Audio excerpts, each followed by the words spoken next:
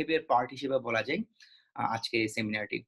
তো আজকের সেমিনারটি আসলে কেন আয়োজন করা বা ওয়ার্কশপটি কেন আয়োজন করা, এর পিছনে মূল কাজ সেটি হচ্ছে, যে কারণটি ছিল সেটি হচ্ছে আসলে জিআরই এমন একটি পরীক্ষা বা এমন একটি এক্সাম যেটি নিয়ে হচ্ছে আমাদের অনেকেরই অনেক ধরনের কনফিউশন থাকে, ভয় থাকে এবং মোস্ট ইম্পোর্টেন্টলি আমরা আসলে মনে করি যে এটা এমন একটা পরীক্ষা যেটা আসলে হয়তোবা খুব ভালো করা পসিবল না। আবার অনেকেই আ চিন্তা করেন যে আ লাইক এটা হয়তোবা শুধুমাত্র সায়েন্সের স্টুডেন্টরা ভালো করবে। যাদের ম্যাথে বেসিক অনেক ভালো, তারা ভালো করবে, রাইট? সো এই টাইপের বেশ কিছু কনফিউশন আমাদের আছে এবং আমরা আবার যারা মোটামুটি কনফিডেন্ট, তারা আবার কিন্তু জানি না যে আসলে কিভাবে আগাবো, কিভাবে কি পড়তে হবে, কোথায় যেতে হবে বা ইভেন জিওরি স্ট্রাকচার নিয়ে আমাদের ভালো কোনো আইডিয়া নেই। তো এইসব আইডিয়া গুলো নিয়ে আপনাদেরকে এইসব আইডিয়া গুলো জানাতে এবং আপনাদের কনফিউশন গুলো দূর করতে, যে বেসিক যে জানার ব্যাপারগুলো থাকে সেগুলো দূর করতে এবং জিওরি যে আসলে খুব কঠিন আ কিছু না, সেই জিনিসটা নিয়ে কথা বলতে মূলত আজকে আমাদের এই ওয়ার্কশপের আয়োজন করা। আমরা চেষ্টা করব আজকে আমাদের যে রিসোর্স পারসন আছেন, সানার হোসেন শামীম। উনি হচ্ছে দীর্ঘদিন ধরে হচ্ছে এই জিআরই নিয়ে কাজ করেন এবং উনি খুব ভালো একটি আ স্কোর উনার আছে। সো উনি উনার যে ইনস্ট্রাক্ট করার যে এক্সপেরিয়েন্স, সেখান থেকে উনি কথা বলবেন। উনি আপনাদেরকে চেষ্টা করবেন যে আ মোটামুটি খুব ভালো একটা আইডিয়া দিতে, যাতে হচ্ছে আপনারা শুরু করতে পারেন। সো আজকের সেশনের থেকে আমাদের যেটা আসলে এক্সপেকটেশন সেটা হচ্ছে, ধরেন এখানে যদি আপনারা ২০০ মানুষজন থাকেন, তাহলে ২০০ মানুষ থেকে অন্ততপক্ষে 50, 60, 70 বা 80 হচ্ছে আগ্রহ নিয়ে আপনারা জিআরই পড়া শুরু করতে পারবেন। সো আজকে আমরা আমাদের সেশনে আ যেটি থাকবে সেটি হচ্ছে মূলত আমাদের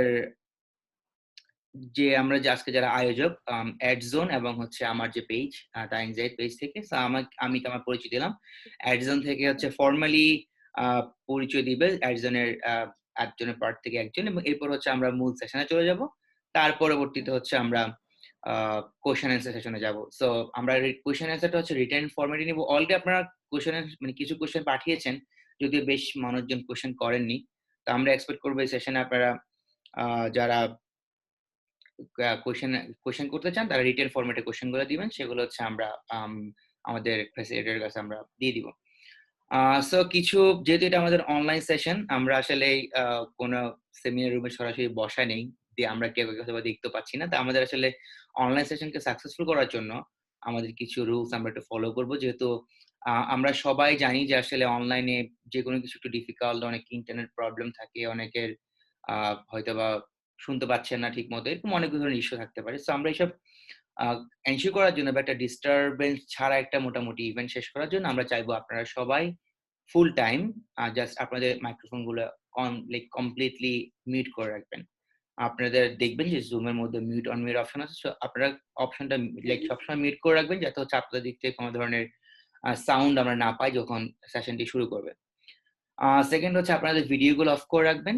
আমি দেখতে পাচ্ছি মেক্সিমাম সবারই ভিডিও অফ। কেন বলছি এটি? কারণ হচ্ছে অনেকেই খুব লো ইন্টারনেট নিয়ে হয়তোবা অনেক গ্রাম থেকে জয়েন করেছেন বাংলাদেশের। সো ইন দ্যাট কেস যেটা হতে পারে, আমরা যদি সবাই ভিডিও অন করে রাখি, তাহলে হচ্ছে আ যে আ অনেক বেশি হয়তো ওনারা শুনতে প্রবলেম হবে বা দেখতে প্রবলেম হবে। সো আমাদের যারা কথা বলবে তারা শুধুমাত্র ভিডিও অন করে রাখবে। আ এরপরে হচ্ছে আপনারা যদি কোনো কিছু কোয়েশ্চেন করতে চান বা কিছু বলতে চান, আপনারা রেইজ হ্যান্ড যে অপশনটি আছে সেই অপশনটি ইউজ করবেন। রেইজ হ্যান্ড অপশনটি ইউজ করলে আমরা দেখতে পাবো যে আপনারা মানে হ্যান্ড রেইজ করেছেন, আপনি কিছু বলতে চান। সো আমরা তখন বলার সুযোগ দিব।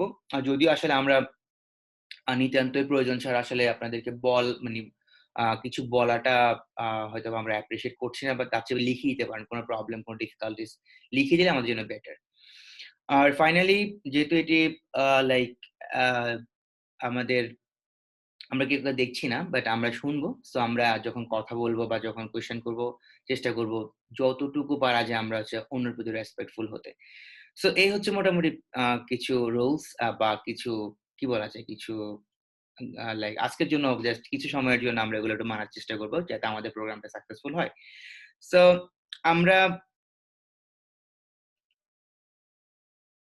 ওকে। সো আমরা হচ্ছে এই মুহূর্তে চলে যাব আ আমাদের আমাদের আ আমরা হচ্ছে এডজনের যে প্রেজেন্টেশনটি সেটি হচ্ছে একটু পরে করব। আমরা তার আগে আমরা হচ্ছে চলে যাব হচ্ছে আজকে যে ফ্যাসিলিটেটর আমাদের সানোয়ার হোসেন ভাইয়ের সাথে, ভাইয়ের কাছে। সো সানোয়ার ভাই, আপনি কি শুনতে পাচ্ছেন?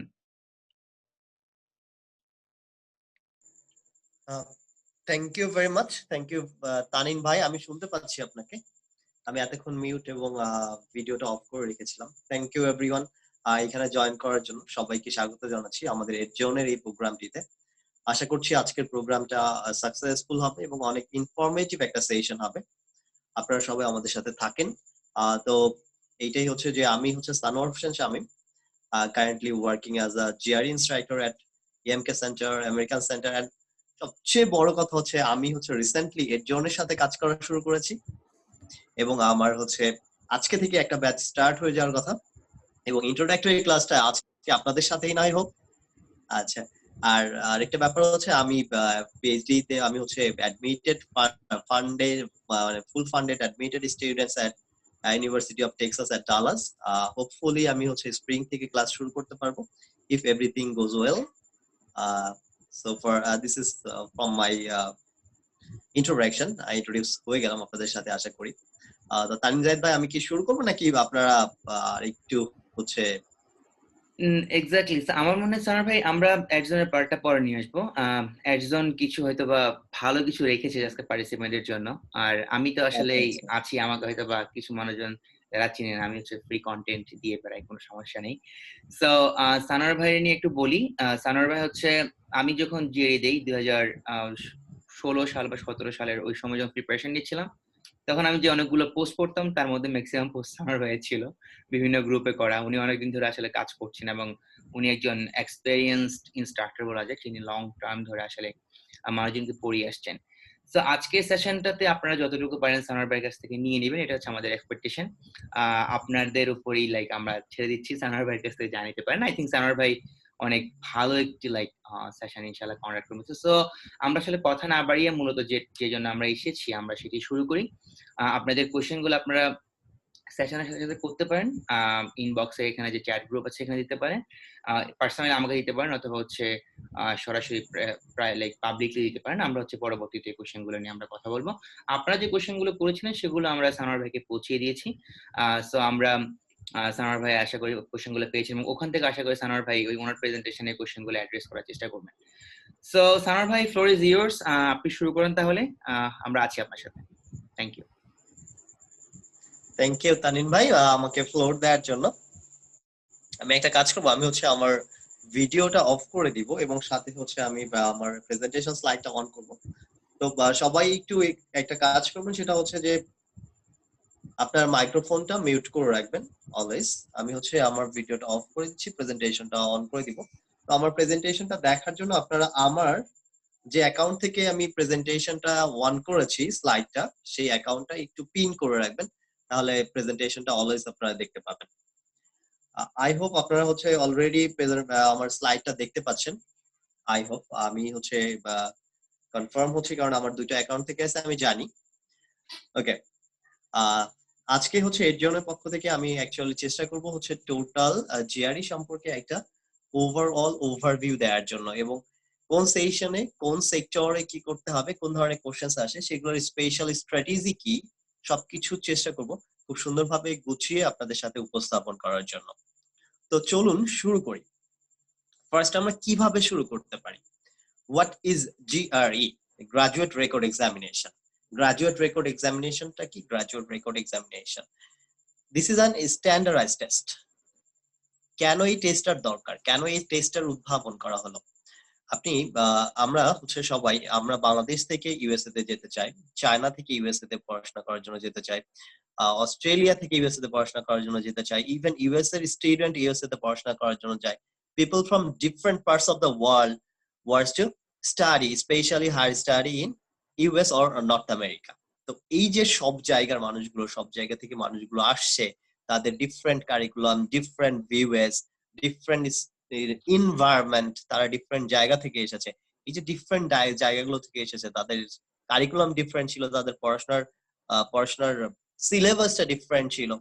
তো সবাইকে তো একইভাবে মেজার করাটা দরকার।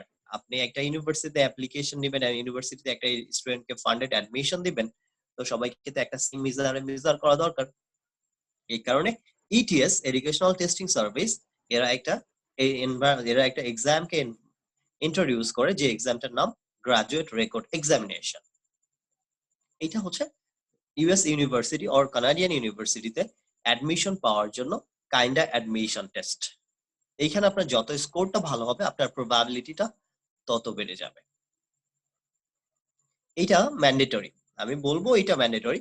Almost 80% university, US university or Canadian university, almost 80%, more than 80% হতে পারে, অলমোস্ট মোর দ্যান 80% ইউনিভার্সিটি এইটা ম্যান্ডেটরি করেছে জিআরই এক্সামটা। কিছু কিছু প্রোগ্রাম জিআরই এক্সামটা অ্যাকসেপ্ট করে না অর ওয়েভ করে দিয়েছে রিসেন্টলি, এবং কিছুদিন আগে থেকেও তারা ওয়েভ করে দিয়েছে। বাট সেই সাবজেক্টগুলো কোনগুলো? সেই সাবজেক্টগুলো নন স্টেম সাবজেক্ট। স্টেমের যে সাবজেক্টগুলো আছে তার আমি বলবো তার 95% ইউনিভার্সিটি সেই সাবজেক্টগুলোর জন্য জিআরই রিকোয়ার্ড। নন স্টেম সাবজেক্টগুলো স্পেশালি বায়োলজিক্যাল সায়েন্সের সাবজেক্টগুলো যদি আপনি বলেন, তাহলে সেইখানে নন স্টেম এর জন্য সেইখানে জিআরইটা ওভাবে রিকোয়ার্ড না। বাট জিআরই রিকোয়ার্ড না হলেও আপনি যদি জিআরই স্কোর তাদের কাছে সাবমিট করেন, that will be an extra curricular activities. সেই কারণে বলছি জিআরই গুরুত্বটা অ্যাডমিশন টেস্টের মতো অনেক বেশি। চলুন শুরু করি অ্যাকচুয়ালি জিআরইতে কি কি থাকে সেটা নিয়ে আমরা শুরু করি। প্রথমে যদি আমরা জানি যে জিআরইতে কি কি জিনিস থাকে বা জিআরইতে কি কি জিনিস থাকে, এই টেস্টটা কি, জিআরই টেস্টের মধ্যে কি কি জিনিস থাকে।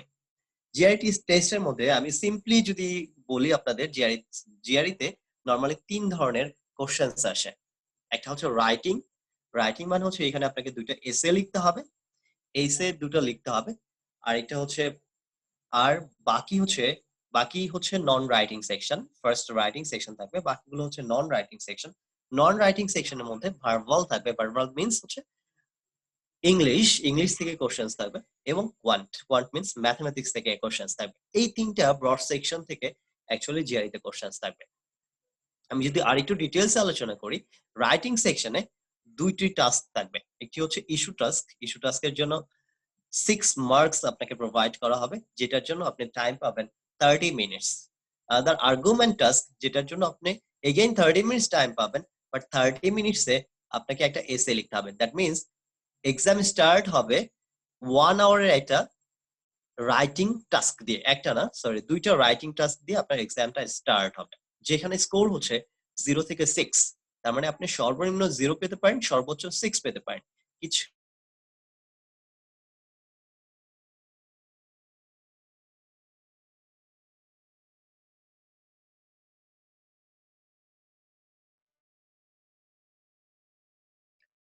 সানার ভাই আপনাকে শোনা যাচ্ছে না। ওকে, সরি আমার ইন্টারনেট প্রবলেমের কারণে। হ্যাঁ, আমি ইন্টারনেট কানেকশনের জন্য আমি ডিসকানেক্টেড হয়ে গেছিলাম, আমি আবারও কানেক্টেড হয়েছি। সরি, স্পেশালি সরি এটার জন্য। থ্যাংক ইউ জাহিদ ভাই আমাকে জানানোর জন্য। আচ্ছা, এখন আমি যেটা বলছিলাম যে আমি কিছুক্ষণ আগে বলেছিলাম ইস্যু টাস্কে 6 মার্কস এন্ড আর্গুমেন্ট টাস্কে 6 মার্কস, তাহলে তো টোটাল রাইটিং এ টোটাল মার্কস পাওয়ার কথা ছিল 12। বাট সেখানে কেন আমি বলছি 0 থেকে 6, এইটার এভারেজ মার্কিংটা প্রোভাইড করা হয়। 12 কে 2 দ্বারা ভাগ করে আপনি যে স্কোরটা পাবেন সেটাই হচ্ছে আপনার রাইটিং এর স্কোর। এবার আমরা যদি non writing section or verb, non writing সেকশনের ক্ষেত্রে যাই, নন রাইটিং সেকশন মানে হচ্ছে সেখানে আপনাকে কোনো কিছু লিখতে হবে না, all the questions are multiple choice questions. আপনাকে শুধু ক্লিক করতে হবে, চুজ করতে হবে which is the best answer. Verbal থেকে আসবে, ইভেন কোয়ান্ট থেকেও আসবে। ভার্বাল থেকে দুইটা সেকশন আসবে, কোয়ান্ট থেকে এগেইন দুটো সেকশন আসবে। ভার্বালের দুটো সেকশনের মধ্যে প্রথম মানে এক একটা সেকশন থেকে 20টি করে কোশ্চেন আসবে। ভার্বালের প্রতিটি সেকশনে 20টি কোশ্চেন আসবে, যেটার জন্য আপনি সময় পাবেন 30 minutes to answer that questions. 20টি কোশ্চেন্স এর জন্য 30 মিনিটস আপনি টাইম পাবেন। That means 1 an average 1.5 minutes for every questions. তার মানে এই না যে আপনাকে প্রত্যেকটি কোশ্চেন্স 1.5 মিনিটস এর মধ্যে শেষ করতে হবে। কিছু কোশ্চেন্স আছে ডিফিকাল্ট, কিছু কোশ্চেন্স আছে সহজ। আপনাকে টোটাল 20টা কোশ্চেন্স দিয়ে দেওয়া হবে, সেটা 30 মিনিটস এর মধ্যে শেষ করতে হবে। আপনি যখন ইচ্ছা, যেভাবে ইচ্ছা, যেটাতে যতটুকু সময় আপনার প্রয়োজন সেভাবে দিয়ে আপনি 20টি কোশ্চেন্স 30 মিনিটস এর মধ্যে শেষ করলেই বা আনসার করলেই হয়ে যাবে। ভার্বাল স্কোর কত? ভার্বাল স্কোর হচ্ছে বেস স্কোর হচ্ছে ওর লোয়েস্ট স্কোর হচ্ছে 130 এন্ড হাইয়েস্ট স্কোর হচ্ছে 170। তার মানে আপনি যদি ভার্বালি একটা কোশ্চেনও আনসার করতে না পারেন কারেক্টলি, তাহলে আপনি পাবেন 130 মার্কস। আর সবগুলো কোশ্চেন যদি আপনি কারেক্টলি আনসার করেন, দেন আপনি পাবেন হচ্ছে 170 মার্কস, 170। সিমিলারলি কোয়ান্টের ক্ষেত্রেও আমি বলবো এখানে পার সেকশনে 20টি করে কোশ্চেন আসে, বাট ডিফারেন্স হচ্ছে ভার্বাল সেকশনের সাথে এখানে একটা সেকশনের জন্য 35 মিনিটস পাবেন। দ্যাট মিনস একটা কোশ্চেন্সের জন্য you will have 1 minute and 45 seconds on an average. এইখানেও স্কোর হচ্ছে 130 থেকে 170। তাহলে আপনি যদি জিআরই পরীক্ষাতে অ্যাটেন্ড করেন, তাহলে নন রাইটিং সেকশনে আপনি সর্বনিম্ন টোটাল 260 স্কোর পেতে পারেন এবং সর্বোচ্চ 340 স্কোর পেতে পারেন। এবার একটুখানি যদি আমি আলাদা করে কথা বলি, যে একটা জিনিস আমাদের এখানে কনফিউশন থাকতে পারে, সেটা হচ্ছে এই আনস্কোর সেকশন, এই সেকশনটা কি? আনস্কোর সেকশনটা কি? আনস্কোর সেকশনটা অ্যাকচুয়ালি হচ্ছে এইটা হচ্ছে এক্সপেরিমেন্টাল সেকশন। আমি আমার ভিউ বলবো, আমি আমার মতে বলবো this is an experimental section, experimental or research section. এটা রিসার্চ সেকশন কেন? এটা ইদার ভার্বাল হতে পারে অর কোয়ান্ট হতে পারে। উপরে যে আমার ভার্বাল ছিল অর কোয়ান্ট সেকশন ছিল, এইটা সেই ভার্বাল অর কোয়ান্ট সেকশনের মতোই হবে, কোনো চেঞ্জ নেই। ভার্বাল সেকশন হলে 20টা কোশ্চেন 30 মিনিটস, কোয়ান্ট সেকশন হলে 20টা কোশ্চেন 35 মিনিটস, সেম। তাহলে এই যে এক্সট্রা একটা সেকশন, এই সেকশনটা দেওয়ার দরকার কি, যেখানে কোনো মার্কস প্রোভাইড করা হবে না? এই এক্সপেরিমেন্টাল সেকশন আর রিসার্চ সেকশনে আপনাকে কোনো মার্কস প্রোভাইড করা হবে না, তাহলে এই এক্সপেরিমেন্টাল সেকশনটা দেওয়ার দরকার কি? কেন, কোনো প্রয়োজন ছিল এখানে? হ্যাঁ, এটার প্রয়োজন হচ্ছে এইটাই, এটার প্রয়োজন ফিউচার কোশ্চেন্স গুলো কেমন হবে, ফিউচারে তারা কিভাবে কোশ্চেন গুলো করবে, ফিউচারের কোশ্চেন্স গুলো স্ট্যান্ডার্ড হচ্ছে কিনা, ফিউচারের কোশ্চেন্স গুলো কি রকম হবে সেইটা সম্পর্কে আইডিয়া পাওয়ার জন্য রিয়াল টেস্ট টেকার যারা আছে, আমরা যারা রিয়াল টেস্ট দিয়ে থাকি ইটিএস এ, তাদের জন্য হচ্ছে এই টেস্টটা, মানে এই সেকশনটা নিয়ে থাকে। বাট এখন আপনার কথা হচ্ছে এটা হতে পারে যে আমি তো জানি এটা আনস্কোর সেকশন, তাহলে আমি এটা আনসার করবো না। সেটা হতে পারে, বাট আনসার না করলে এটা চলবে না। কারণ আপনি জানবেন না কোন সেকশনটা এক্সপেরিমেন্টাল, আপনি কখনোই জানবেন না কোন সেকশনটা এক্সপেরিমেন্টাল। কিরকম ভাবে হতে পারে একটু আমি যদি দেখাই যে অ্যাকচুয়ালি কিভাবে কোশ্চেন্স গুলো আসে। ফর এক্সাম্পল, আপনি ভার্বাল সেকশনটা শেষ করলেন, সরি, আপনি হচ্ছে রাইটিং সেকশনটা শেষ করলেন। রাইটিং সেকশনটা শেষ করার পরে প্রথম সেকশন যেটা আসলো, নন রাইটিং সেকশনের প্রথম সেকশন আসলো ভার্বাল, সেকেন্ড সেকশন আসবে কোয়ান্ট, তারপরে সেকশন আসবে ভার্বাল, তারপরে সেকশন আসবে কোয়ান্ট, তারপরে সেকশন আসবে ভার্বাল। 3টা ভার্বাল সেকশন আপনি যদি পেয়ে যান, এই 3টা ভার্বাল সেকশনের মধ্যে যে কোনো একটা সেকশন হচ্ছে এক্সপেরিমেন্টাল। যে কোনো একটা সেকশন, প্রথমটা হতে পারে, সেকেন্ডটা, থার্ডটা হতে পারে, বা ফিফথটা হতে পারে। আপনি জানেন না কোনটা এক্সপেরিমেন্টাল, তাহলে তো আপনাকে আনসার করতেই হবে। কারণ আপনি যদি এক্সপেরিমেন্টালটাকে ভেবে অন্যটা যদি, যেটা রিয়াল, সেটা যদি আনসার না করেন, তাহলে সমস্যা। আবার অন্যভাবে কোশ্চেন আসতে পারে, সেটা হচ্ছে প্রথমটা কোয়ান্ট আসলে সেকেন্ডটা ভার্বাল আসবে, তারপর একটা কোয়ান্ট আসবে, তারপর একটা ভার্বাল আসবে, তারপরটা এগেইন কোয়ান্ট আসবে। এক্ষেত্রে একটা কোয়ান্ট এক্সপেরিমেন্টাল হবে। But matter of irony is that যে কোন সেকশনটা এক্সপেরিমেন্টাল সেটা আপনি জানবেন না। ওকে, এই হচ্ছে টোটাল আপনার জিআরই এক্সাম। জিআরই এক্সামে তাহলে কি কি থাকছে? ইন শর্ট, এখানে থাকবে রাইটিং, দেন থাকবে non writing section, non writing সেকশনে থাকবে English and quant. Total score হচ্ছে 260 থেকে 340, এন্ড রাইটিং এ আলাদা করে কাউন্ট করা হয় 6 মার্কস। এটা ওই 340 এর মধ্যে আসবে না। আশা করি এটা বুঝতে পেরেছেন। এই স্লাইডটা আমি একটু এখানে বেশি সময় দিয়ে ফেলেছি। পরের স্লাইডে যদি আমরা মুভ করি, সেখানে হচ্ছে আমরা একটু দেখব যে আসলে রাইটিং যে টাস্ক গুলো ছিল, সেই রাইটিং টাস্ক দুটো কি, বা এটার সংক্ষিপ্ত যদি একটু আলোচনা আমরা করি, খুব শর্টে আমি একটু আলোচনা করব। কারণ এইটা দেখেন, এটা হচ্ছে মোটামুটি 1.5 আওয়ার্স এর একটা সেশন। এখানে কিন্তু আসলে জিআরই সবকিছু শেয়ার করা সম্ভব না, সবগুলো টিপস শেয়ার করা সম্ভব না, সবকিছু শেয়ার করা সম্ভব না। এই জন্য হচ্ছে আমি খুব শর্টে আপনাদের যদি বলি, what is an issue task, যে ফার্স্ট রাইটিংটা ছিল, সেই ফার্স্ট রাইটিংটা ইস্যু টাস্কটা হচ্ছে, ইস্যু টাস্কের জন্য you have 30 minutes and score হচ্ছে 1 থেকে 6। তো এইটা কি অ্যাকচুয়ালি, ইস্যু টাস্কটা কি? এখানে আপনাকে কি করতে হবে? এখানে আপনাকে একটা এসএ লিখতে হবে। কি ধরনের এসএ লিখতে হবে? কি ধরনের এসে লিখতে হবে সেটা এখানে অলরেডি কিন্তু আমি একটা স্যাম্পল টাস্ক দিয়েছি। এই স্যাম্পল টাস্কে এইখানে কিন্তু অলরেডি একটু বলা হয়েছে কোশ্চেনসটা কেমন হবে। এইটা হচ্ছে উপরে একটা হচ্ছে ওপিনিয়ন আর স্টেটমেন্ট দেয়া থাকবে, উপরে একটা স্টেটমেন্ট দেয়া থাকবে। সেই স্টেটমেন্টে উপরে যে স্টেটমেন্টটা দেয়া থাকবে সেই স্টেটমেন্টের সাথে আপনি কতটুকু অ্যাগ্রি করেন, what extent do you agree or disagree, সেইটা দিয়ে একটা এসে লিখতে হবে। আপনি যদি অ্যাগ্রি করেন সেটার পক্ষে রিজন দেখিয়ে আপনাকে একটা এসে লিখতে হবে। কয়েকটা রিজন আপনি দেখাতে পারেন, 3-4টা রিজন দিয়ে একটা এসে, যেটা 4 থেকে 5টা প্যারাগ্রাফের একটা এসে হবে। এইটা হচ্ছে আমার ইস্যু টাস্ক।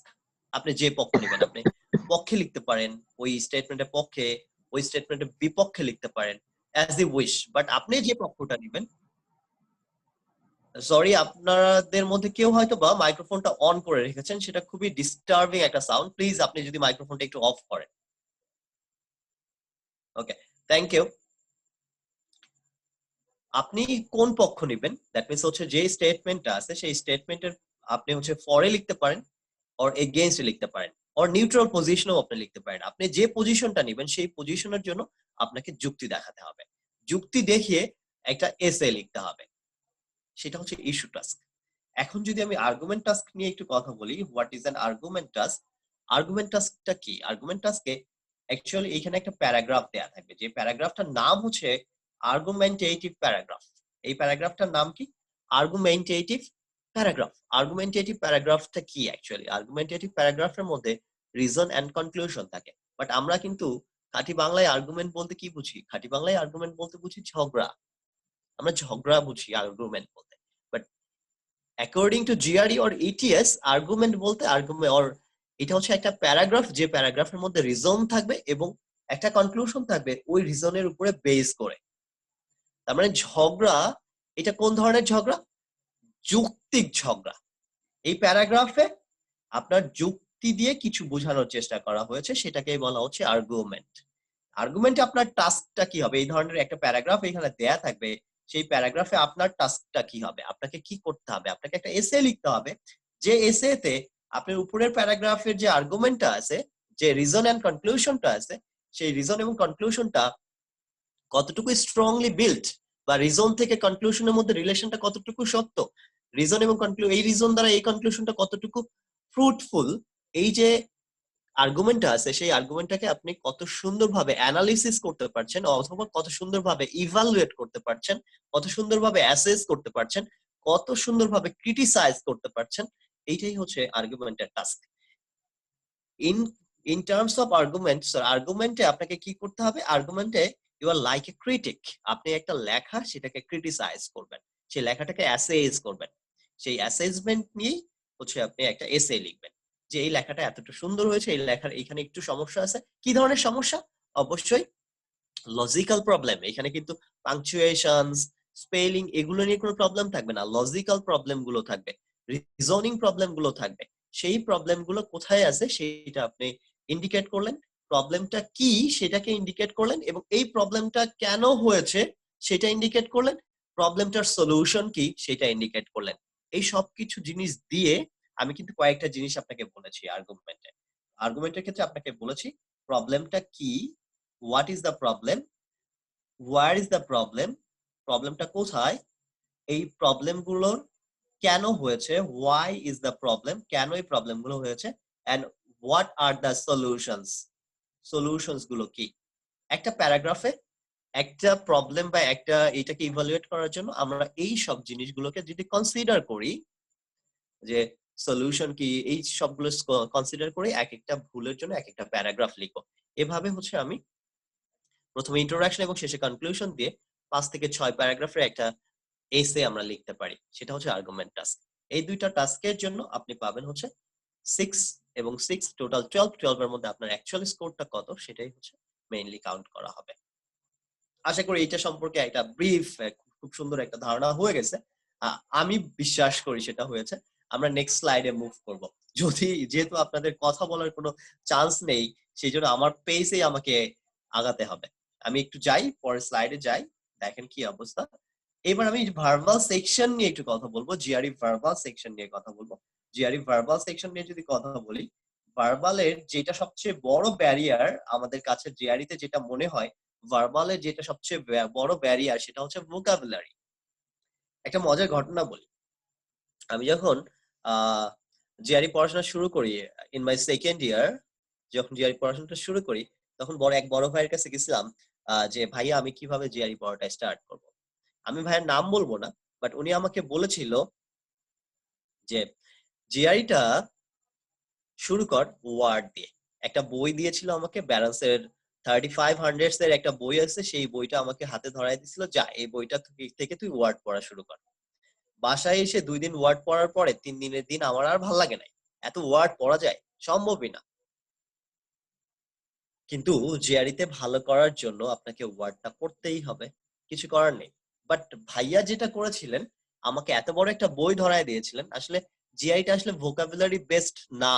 আমরা যে ভুলটা করি, আমরা মনে করি হয়তোবা জিআরইতে ভোকাবুলারি গুলো মুখস্থ করে ফেললে, ভোকাবুলারি গুলো মেমোরাইজ করে ফেললেই হয়তোবা জিআরইর আমার 100% প্রিপারেশন হয়ে যাবে। আমি বলবো জিআরইতে ভোকাবুলারি একটা important part, but GRE vocabulary মানেই যে ভার্বাল সেইটা না। ভার্বালের মেইন পার্ট হচ্ছে ইওর রিডিং অ্যাবিলিটি।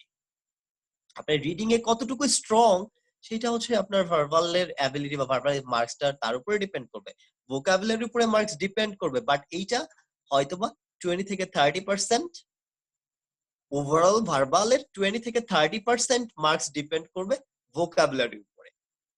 বাকি 70 to 80% ডেফিনেটলি ইওর রিডিং অ্যাবিলিটির উপরে ডিপেন্ড করবে। কিন্তু ভোকাবুলারি যেহেতু একটা পার্ট এবং এটা যেহেতু একটা কঠিন পার্ট, আমাদের তো অনেক কিছু মনে থাকতে চায় না, তাই ভোকাবুলারি গুলো আমাদের মনে রাখতেই হবে। কিন্তু আমার ভাই যে আমাকে বলেছিল যে তুই এতগুলো ওয়ার্ডস পড়, এত ওয়ার্ডস পড়তে হবে না, এটা ছিল হচ্ছে একটা তার হচ্ছে একটা মিস গাইড আমাকে করেছিলেন। যদিও আমি তাকে থ্যাঙ্কস দিব, সে আমাকে ইন্ট্রোডিউস করেছিলেন জিআরইর সাথে, বাট মিস গাইড করেছিলেন যে অনেকগুলো ওয়ার্ডস পড়তে হবে। অ্যাকচুয়ালি আমি যদি ওয়ার্ডস এর কথা বলি, আমরা কিছু হাই ফ্রিকোয়েন্সি ওয়ার্ডস শিখবো, খুব বেশি হাই ফ্রিকোয়েন্সি ওয়ার্ডস না, কিছু হাই ফ্রিকোয়েন্সি ওয়ার্ডস শিখবো, সেটা লিস্ট কিছুক্ষণ পরে আছে। অ্যাট লিস্ট আই বিলিভ যে আপনারা যদি 1500 ওয়ার্ডস, আপনারা 1500 হাই ফ্রিকোয়েন্সি ওয়ার্ডস যদি আপনারা শিখে ফেলতে পারেন, খুব বেশি না, অ্যাট লিস্ট 1500, এর উপরে যত বেশি পড়া যায় তত ভালো, বাট অ্যাট লিস্ট 1500 বেস রেখে আপনাকে পরীক্ষায় যেতে হবে। এখন কিছু কোশ্চেন্স আসে যে ভাই আমি আসলে ওয়ার্ড নিয়ে তো অনেক ঝামেলায় আছি, আমি কিন্তু আপনাদের কোশ্চেন্স দেখেছি, যে কোশ্চেন্স গুলো আপনারা করেছিলেন গুগল ডক্সে, সেই কোশ্চেন্স গুলোর ক্ষেত্রে আমি দেখেছি অনেকেই বলেছেন যে ভোকাবুলারিটা খুব কঠিন মনে হয়, ভোকাবুলারি হচ্ছে মনে রাখতে পারি না। সেই তাদের ক্ষেত্রে আমি একটু সাজেশন দিব, ভোকাবুলারি গুলো পড়ার কিছু টেকনিক আছে। ভোকাবুলারি কিভাবে পড়বেন, ভোকাবুলারি গুলো আপনারা পড়বেন হচ্ছে context based. Context based vocabulary পড়ার উপায়টা কি? একটা ভোকাবুলারি আপনি পড়লেন, শুধুমাত্র মিনিংটা পড়লেন না। মিনিং পড়লে কি সমস্যাটা সেটা একটু দেখায়, যে মিনিং পড়লে, শুধু ভোকাবুলারি মিনিং পড়লে কি হয়। আমি এইখানে একটু একটা এক্সাম্পল দিচ্ছি। ফর এক্সাম্পল, যদি আমরা স্লিম শব্দটা চিন্তা করি, আর থিন শব্দটা চিন্তা করি, আর আমি শুধু মিনিংটা পড়েছি, আমি কনটেক্সটটা পড়িনি। স্লিম এন্ড থিন এর মিনিংটা যদি আমরা চিন্তা করি, দুইটা মানেই কি? দুইটা মানেই হচ্ছে চিকন। স্লিম মানেও চিকন, থিন মানেও চিকন। কিন্তু আসলে স্লিম বলতে কি চিকন বুঝায়? যদি বলা হয় Sanowar is a slim adult, এখন তো আর বয় নেই, সানোয়ার একটা স্লিম অ্যাডাল্ট, সেক্ষেত্রে এটা কিন্তু অনেক সুন্দর একটা, এটা কমপ্লিমেন্ট, সে স্লিম। বাট যদি এটাই বলেন Sanowar is a thin adult, তাহলে কি বুঝাবে? সে রোগা, তার সমস্যা আছে, কিন্তু দুটো মানেই তো চিকন। এই জন্য ওয়ার্ডস গুলো পড়ার সময় ডেফিনেটলি আপনারা অবশ্যই এক্সাম্পল গুলো দেখবেন এবং কনটেক্সটটা দেখবেন, যে কোন কনটেক্সটে ওয়ার্ড গুলো ইউজ করা হয়েছে। এটা পজিটিভ কনটেক্সটে, নেগেটিভ কনটেক্সটে, অফিসিয়াল কনটেক্সটে, নাকি অন্য কোনো কনটেক্সটে ইউজ করা হয়েছে, এইটা জানতে হবে। এইটা জানলে জিআরই ভোকাবুলারিতে যে প্রবলেম হয়, এবং ভোকাবুলারি জানার পরেও যারা স্কোর খারাপ করেন, তাদের এই সমস্যাটাই হয়, তারা মিনিং জানে, তারা কনটেক্সটটা জানে না। এই কারণে ভোকাবুলারি পড়ার সাথে সাথে কনটেক্সটটা শিখে ফেলবেন। যত বেশি এক্সাম্পল পড়া যায়, যত বেশি এক্সাম্পল পড়বেন, তত বেশি আপনার কনটেক্সটটা ক্লিয়ার হবে। এখন কনটেক্সট পড়লেন, আরেকটা কোশ্চেন আসে, ভাই ওয়ার্ড তো মনে থাকে না। কেউ একজন ভাইয়া আপনার ভিডিওটা অন করেছেন এবং আপনি আনমিউট করেননি এখনো, প্লিজ আপনি একটু আনমিউট করবেন। ওকে, ভোকাবুলারি তো মনে থাকে না, এটা খুব কমন এবং মজার একটা প্রবলেম যে ভোকাবুলারি মনে থাকে না। এক্ষেত্রে আমার সাজেশন হচ্ছে যে আপনি ভোকাবুলারি মনে থাকবে না, যে ভোকাবুলারি কার মনে থাকবে? একটা জিনিস জীবনে কখনো পড়েননি, কখনো ইউজ করেননি, সেই ওয়ার্ডটা আপনি একবার পড়ে যদি মনে রাখতে চান, সেটা তো হবে না। একবার পড়ে যদি সেটা মনে থাকে, মনে থাকে কারো, সেই মানুষটা ডেফিনেটলি অ্যাবনর্মাল। জিআরই ওয়ার্ডস যদি একবার পড়েই কারো মনে থাকে, সেই মানুষটা অ্যাবনর্মাল। আপনি একবার পড়েছেন ভুলে গেছেন, তার মানে ইউ আর নর্মাল। আপনি আর 10টা মানুষের মতোই, আপনি অ্যাবনর্মাল না। এটাই সমস্যা, সুবিধা, মানে আপনি নর্মাল আছেন। বাট মনে রাখার কিছু টেকনিক আছে। মনে রাখার কিছু টেকনিক হচ্ছে, আপনি যদি ওয়ার্ডস গুলো বারবার রিভাইজ দেন, তাহলে মনে থাকতেই পারে। রিভাইজ দেওয়ার সাথে সাথে আরেকটি কাজ করবেন, সেটা হচ্ছে এই ওয়ার্ডসটা আপনি রেকর্ড করে ফেলতে পারেন। যে ওয়ার্ডস গুলো আপনি ভুলে যান, সেই ওয়ার্ডস গুলো আপনি রেকর্ড করে ফেলতে পারেন। আপনি নিজেই রেকর্ড করেন, রেকর্ড করে আপনি হয়তোবা এইখান থেকে, আজকে আমি বগুড়াতে আছি, এখন বগুড়া থেকে আপনি যে ঢাকায় যাচ্ছেন, এই ওয়ার্ডস গুলো আপনি, যেমন আমরা কানে হেডফোন লাগিয়ে শুনি, গান শুনি, এই ওয়ার্ডস গুলো আপনি বারবার শোনেন, তাহলে এগুলো আপনার মনে থাকবে। অথবা আপনি আপনার ফ্রেন্ডকে, যে জিআরই পড়তেছে, পড়ে এখন, সেই ফ্রেন্ডকে যদি জিজ্ঞেস করেন যে বন্ধু এইটার মানে কি, তুই আমাকে একটু হেল্প করবি, তাতে কি হবে? তারও সেই ওয়ার্ডটা রিভাইজ হয়ে যাবে, আপনারও ওয়ার্ডটা রিভাইজ হয়ে যাবে। এবং আরো কিছু টেকনিক আছে, যেমন নেমোনিক্স দিয়ে আমরা ওয়ার্ড গুলো মনে রাখতে পারি। নেমোনিক্স দিয়ে ওয়ার্ড গুলো কিভাবে মনে রাখা যেতে পারে, একটা এক্সাম্পল আমি এখানে প্রোভাইড করি। অ্যাপো, একটু বানান ভুল হতে পারে,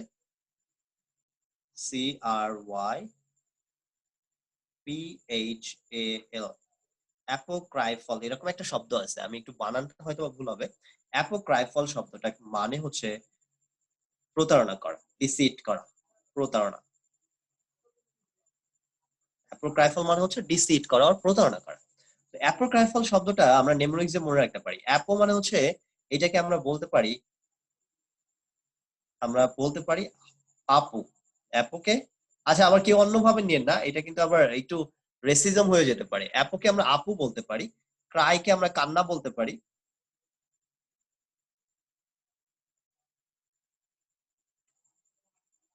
ক্রাইকে আমরা কান্না বলতে পারি, ক্রাই হচ্ছে কান্না। আর ফল মানে আমরা বলতে পারি রেজাল্ট।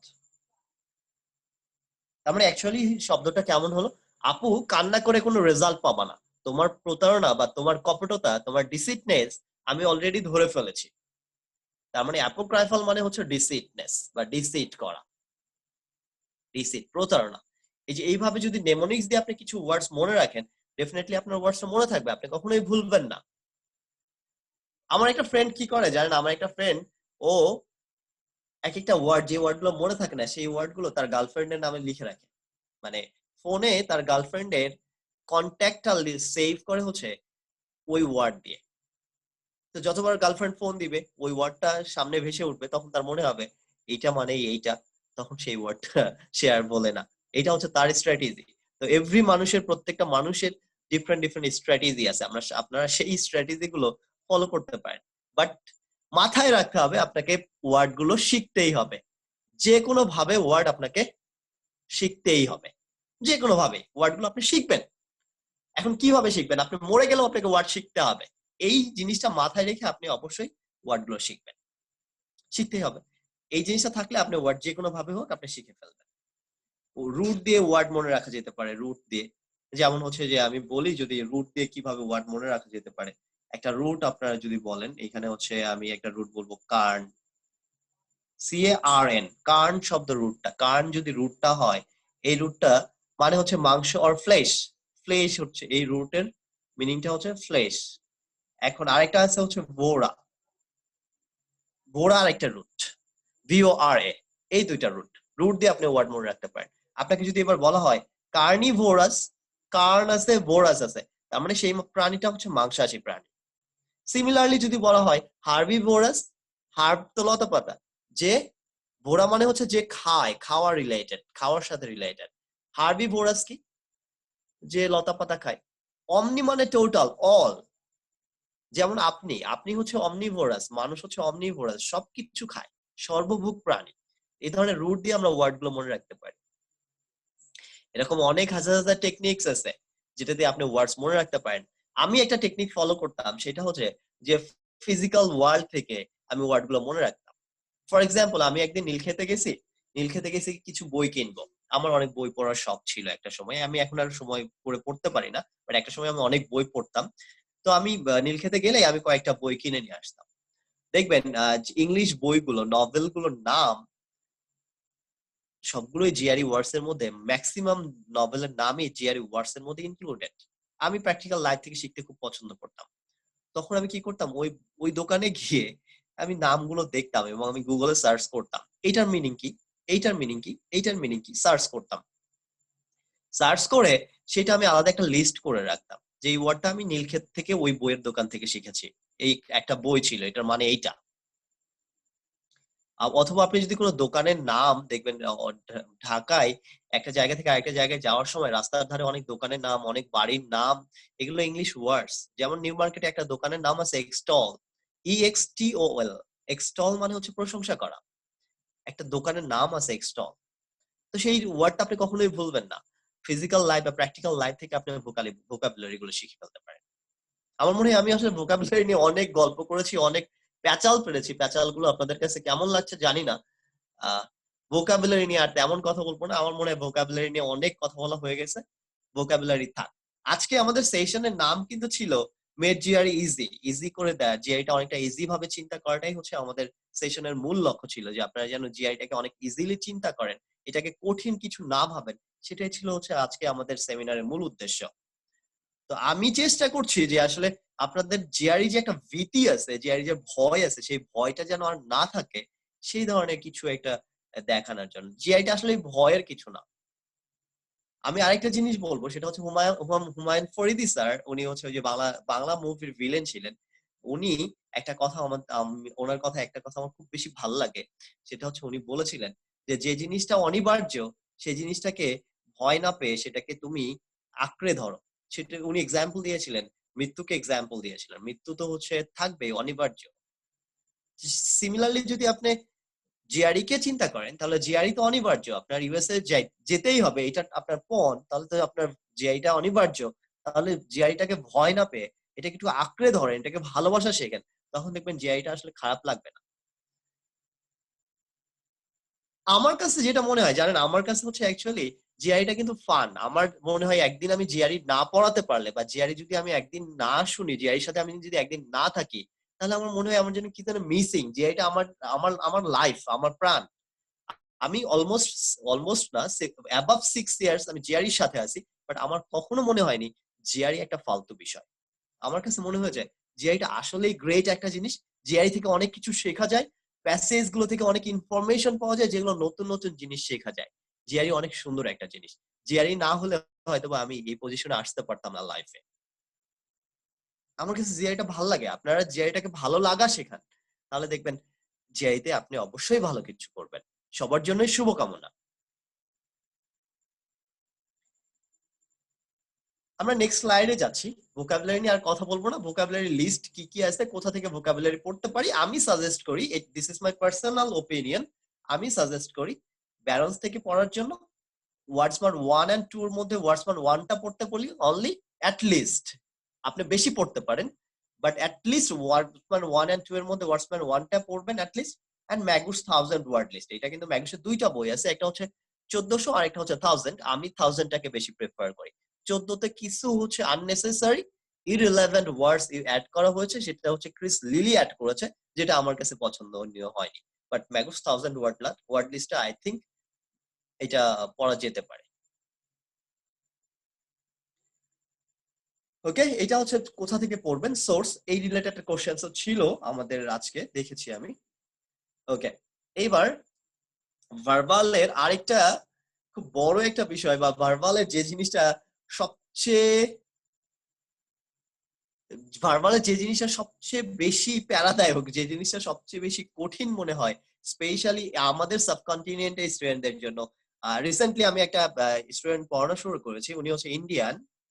তো ওনাকেও আমি যেটা দেখেছি সেটা হচ্ছে আমাদের সাবকন্টিনেন্টের জন্য যারা হচ্ছে আমরা সবাই হচ্ছে অ্যাকচুয়ালি আরসিটাকে, রিডিং কম্প্রিহেনশনটাকে ভয় পাই। রিডিং কম্প্রিহেনশনটাকে প্রচুর ভয় পাই। এটা দেখলেই আমাদের জ্বর আসে। রিডিং কম্প্রিহেনশনের প্রথম লাইন পড়লে সেকেন্ড লাইনে কি হবে সেটা যাওয়ার আগে আমি ঘুমায় যাই। এটা অনেকটা স্লিপিং পিলের মতো। স্লিপিং পিলের মতো যে রিডিং কম্প্রিহেনশন কিভাবে পড়বো। আপনি মনে করেন আপনার ঘুম আসছে না, আপনার ঘুম নাই, তখন আপনি কি করবেন, একটা কঠিন রিডিং কম্প্রিহেনশন চোখের সামনে নিয়ে বসবেন। কিছুক্ষণ পর 2 লাইন পড়ার পরে দেখবেন যে আপনার ঘুম যে কই থেকে আসবে আপনি নিজেই বুঝতে পারবেন না। এই জন্য আরসিটাকে আমি অনেক কঠিন বলছি, আরসিটা কঠিন মনে হয়, কিন্তু এই কঠিন আসলে কতটুকু কঠিন একটু পরেই আমরা বুঝতে পারবো যে আসলে কতটুকু কঠিন, কেন কঠিন লাগে আরসি গুলো। কারণ আমরা জানি না আরসি, জিআরই আরসি গুলো কোথা থেকে আসে, জিআরই আরসি গুলোর সোর্স কোথায়, সোর্স জানি না। দেখি যে হঠাৎ করে একটা জিনিস আমি যদি সেটা সম্পর্কে আমার প্রিপারেশন নাই থাকে যে আরসি কোথা থেকে এসেছে, তাহলে সেইখান থেকে তো হঠাৎ করে পড়াশোনা করে আমার লাভ হবে না, বা সেটা আমি কই থেকে পড়াশোনা, একটা জিনিস হঠাৎ একটা নতুন জিনিস আসলে আমার কি ভালো লাগবে, লাগবে না। বাট আপনাকে নিজেকে আগে ফ্যামিলিয়ারাইজ করতে হবে যে এই আরসি গুলো কোন কোন সেকশন থেকে আসে, কোন কোন সাবজেক্ট বা কোন কোন টপিকস থেকে আসে। মেইন টপিকস হচ্ছে জিআরইতে প্যাসেজ আপনি পাবেনই আর্টস এন্ড লিটারেচার থেকে। আর্টস এন্ড লিটারেচার যে এরা কতটুকু পছন্দ করে আপনি জিআরই পরীক্ষা দিতে গিয়েই বুঝবেন। মনে হবে যে আপনার সবগুলোই মনে হয় আর্টস এন্ড লিটারেচার থেকে আসছে। আর্টস এন্ড লিটারেচারের মধ্যে হচ্ছে মিউজিকোলজি আছে, তারপরে হচ্ছে আপনার লিটারেচার মানে হচ্ছে বিভিন্ন রাইটারের প্লে রাইট আছে, প্লে রাইট নিয়ে কথা বলা আছে, তারপরে হচ্ছে বিভিন্ন নভেলস নিয়ে কথা বলা আছে। এই জিনিসগুলো নিয়ে বেশি বেশি জিনিস আসে, অনেক প্যাসেজ আসে। আরেকটা ওদের পছন্দের জায়গা যেখান থেকে জিআরই প্যাসেজ গুলো ওরা সিলেক্ট করে সেটা হচ্ছে লাইফ সায়েন্স। লাইফ সায়েন্সটা ওদের অনেক অনেক পছন্দের একটা জিনিস। লাইফ সায়েন্স, লাইফ সায়েন্স থেকে অনেক কোশ্চেন আসে, অনেক প্যাসেজ আমি দেখেছি। হিস্ট্রি থেকে প্যাসেজ আসে, হিস্ট্রি থেকে অনেক প্যাসেজ আসে, বাট হিস্ট্রিটা mainly based on US history. তো আপনার টপিকস গুলোর ক্ষেত্রে যদি যান সেটা ইউএস হিস্ট্রি। অ্যাস্ট্রোনমি থেকে অনেক প্যাসেজ দেখা যায়, অ্যাস্ট্রোনমি থেকেও অনেক প্যাসেজ দেখা যায়। এই হচ্ছে কমন টপিকস। আরো কিছু কিছু টপিকস থেকে আসে, বাট এগুলো সবচেয়ে বেশি কমন টপিকস। তো এই কমন টপিকস সম্পর্কে যদি আপনার আইডিয়া থাকে যে আপনি এই জিনিসগুলো সম্পর্কে আপনার বেসিক আইডিয়া, এগুলোর যে জার্গন গুলো আছে, এগুলোর যে হচ্ছে আর্গট গুলো আছে, জার্গন মানে হচ্ছে এদের কিছু টেকনিক্যাল ওয়ার্ডস গুলো আছে, টেকনিক্যাল কিছু টার্মস আছে, সেই টার্মস গুলো যদি আপনি জেনে যান পরীক্ষার আগেই, তাহলে আপনার কাছে এই জিনিসগুলো কঠিন মনে হবে না। বাট আমরা কি করি, আমরা এই টেকনিক্যাল টার্ম সম্পর্কে জানিও না, কোথা থেকে প্যাসেজ আসে সেটাও জানি না, খুদাই শুধু ভয়ে মরে যায়। আমরা তো জানি না যে এখান থেকে আসে। তো এই আপনি আর্টস এন্ড লিটারেচার নিয়ে কিছু টেকনিক্যাল টার্মস আছে, সেগুলো আপনি জানেন। প্রত্যেকটা সাবজেক্টস এর কিছু টেকনিক্যাল টার্মস আছে, সেগুলো আপনি জানেন, সেগুলো জেনে আপনি পরীক্ষায় যান। আপনার কাছে এত কঠিন মনে হওয়ার কিছু নেই এটা। কিন্তু আমরা তো সেটা জানি না, তো আমাদের কাছে তো এটা মনে হবে জোজো আসছে।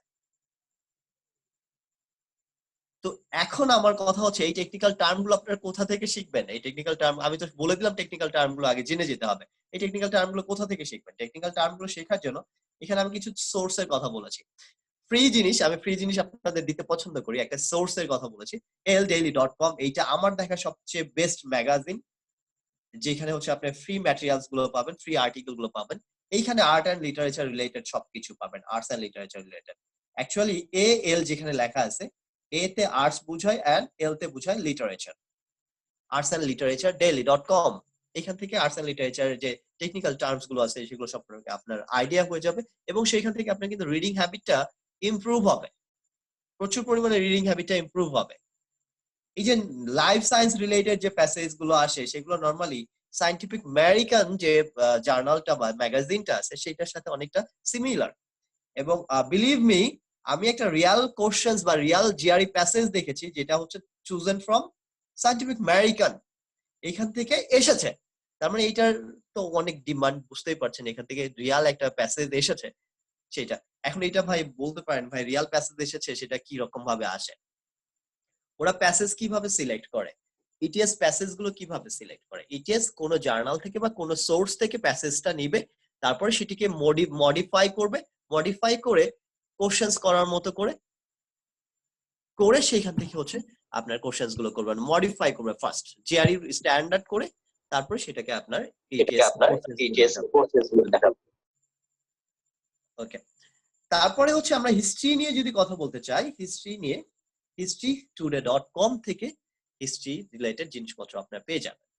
আপনারা স্পেশালি ইউএস হিস্ট্রির দিকে খেয়াল রাখবেন। ইউএস হিস্ট্রিতে কি কি ছিল, স্পেশালি 8টা ওদের হচ্ছে 8 স্টেপ ছিল ওদের ইন্ডিপেন্ডেন্সের আগে, ইন্ডিপেন্ডেন্সের পরে, তারপরে হচ্ছে কলোনিয়াল পিরিয়ড, তারপরে হচ্ছে ওদের ওই স্লেভ নিয়ে অনেক কিছু হয়েছিল, মার্টিন লুথার কিং নিয়ে অনেক কিছু হয়েছিল। এই যে সিম্পল সিম্পল যে হিস্ট্রি গুলা, মেইন আইডিয়া গুলো যদি জেনে যান, তাহলে আপনার কাছে মনে হবে না দিস আর জিআরইতে যে রিডিং প্যাসেজ গুলো আসে সেগুলো খুব বেশি কঠিন।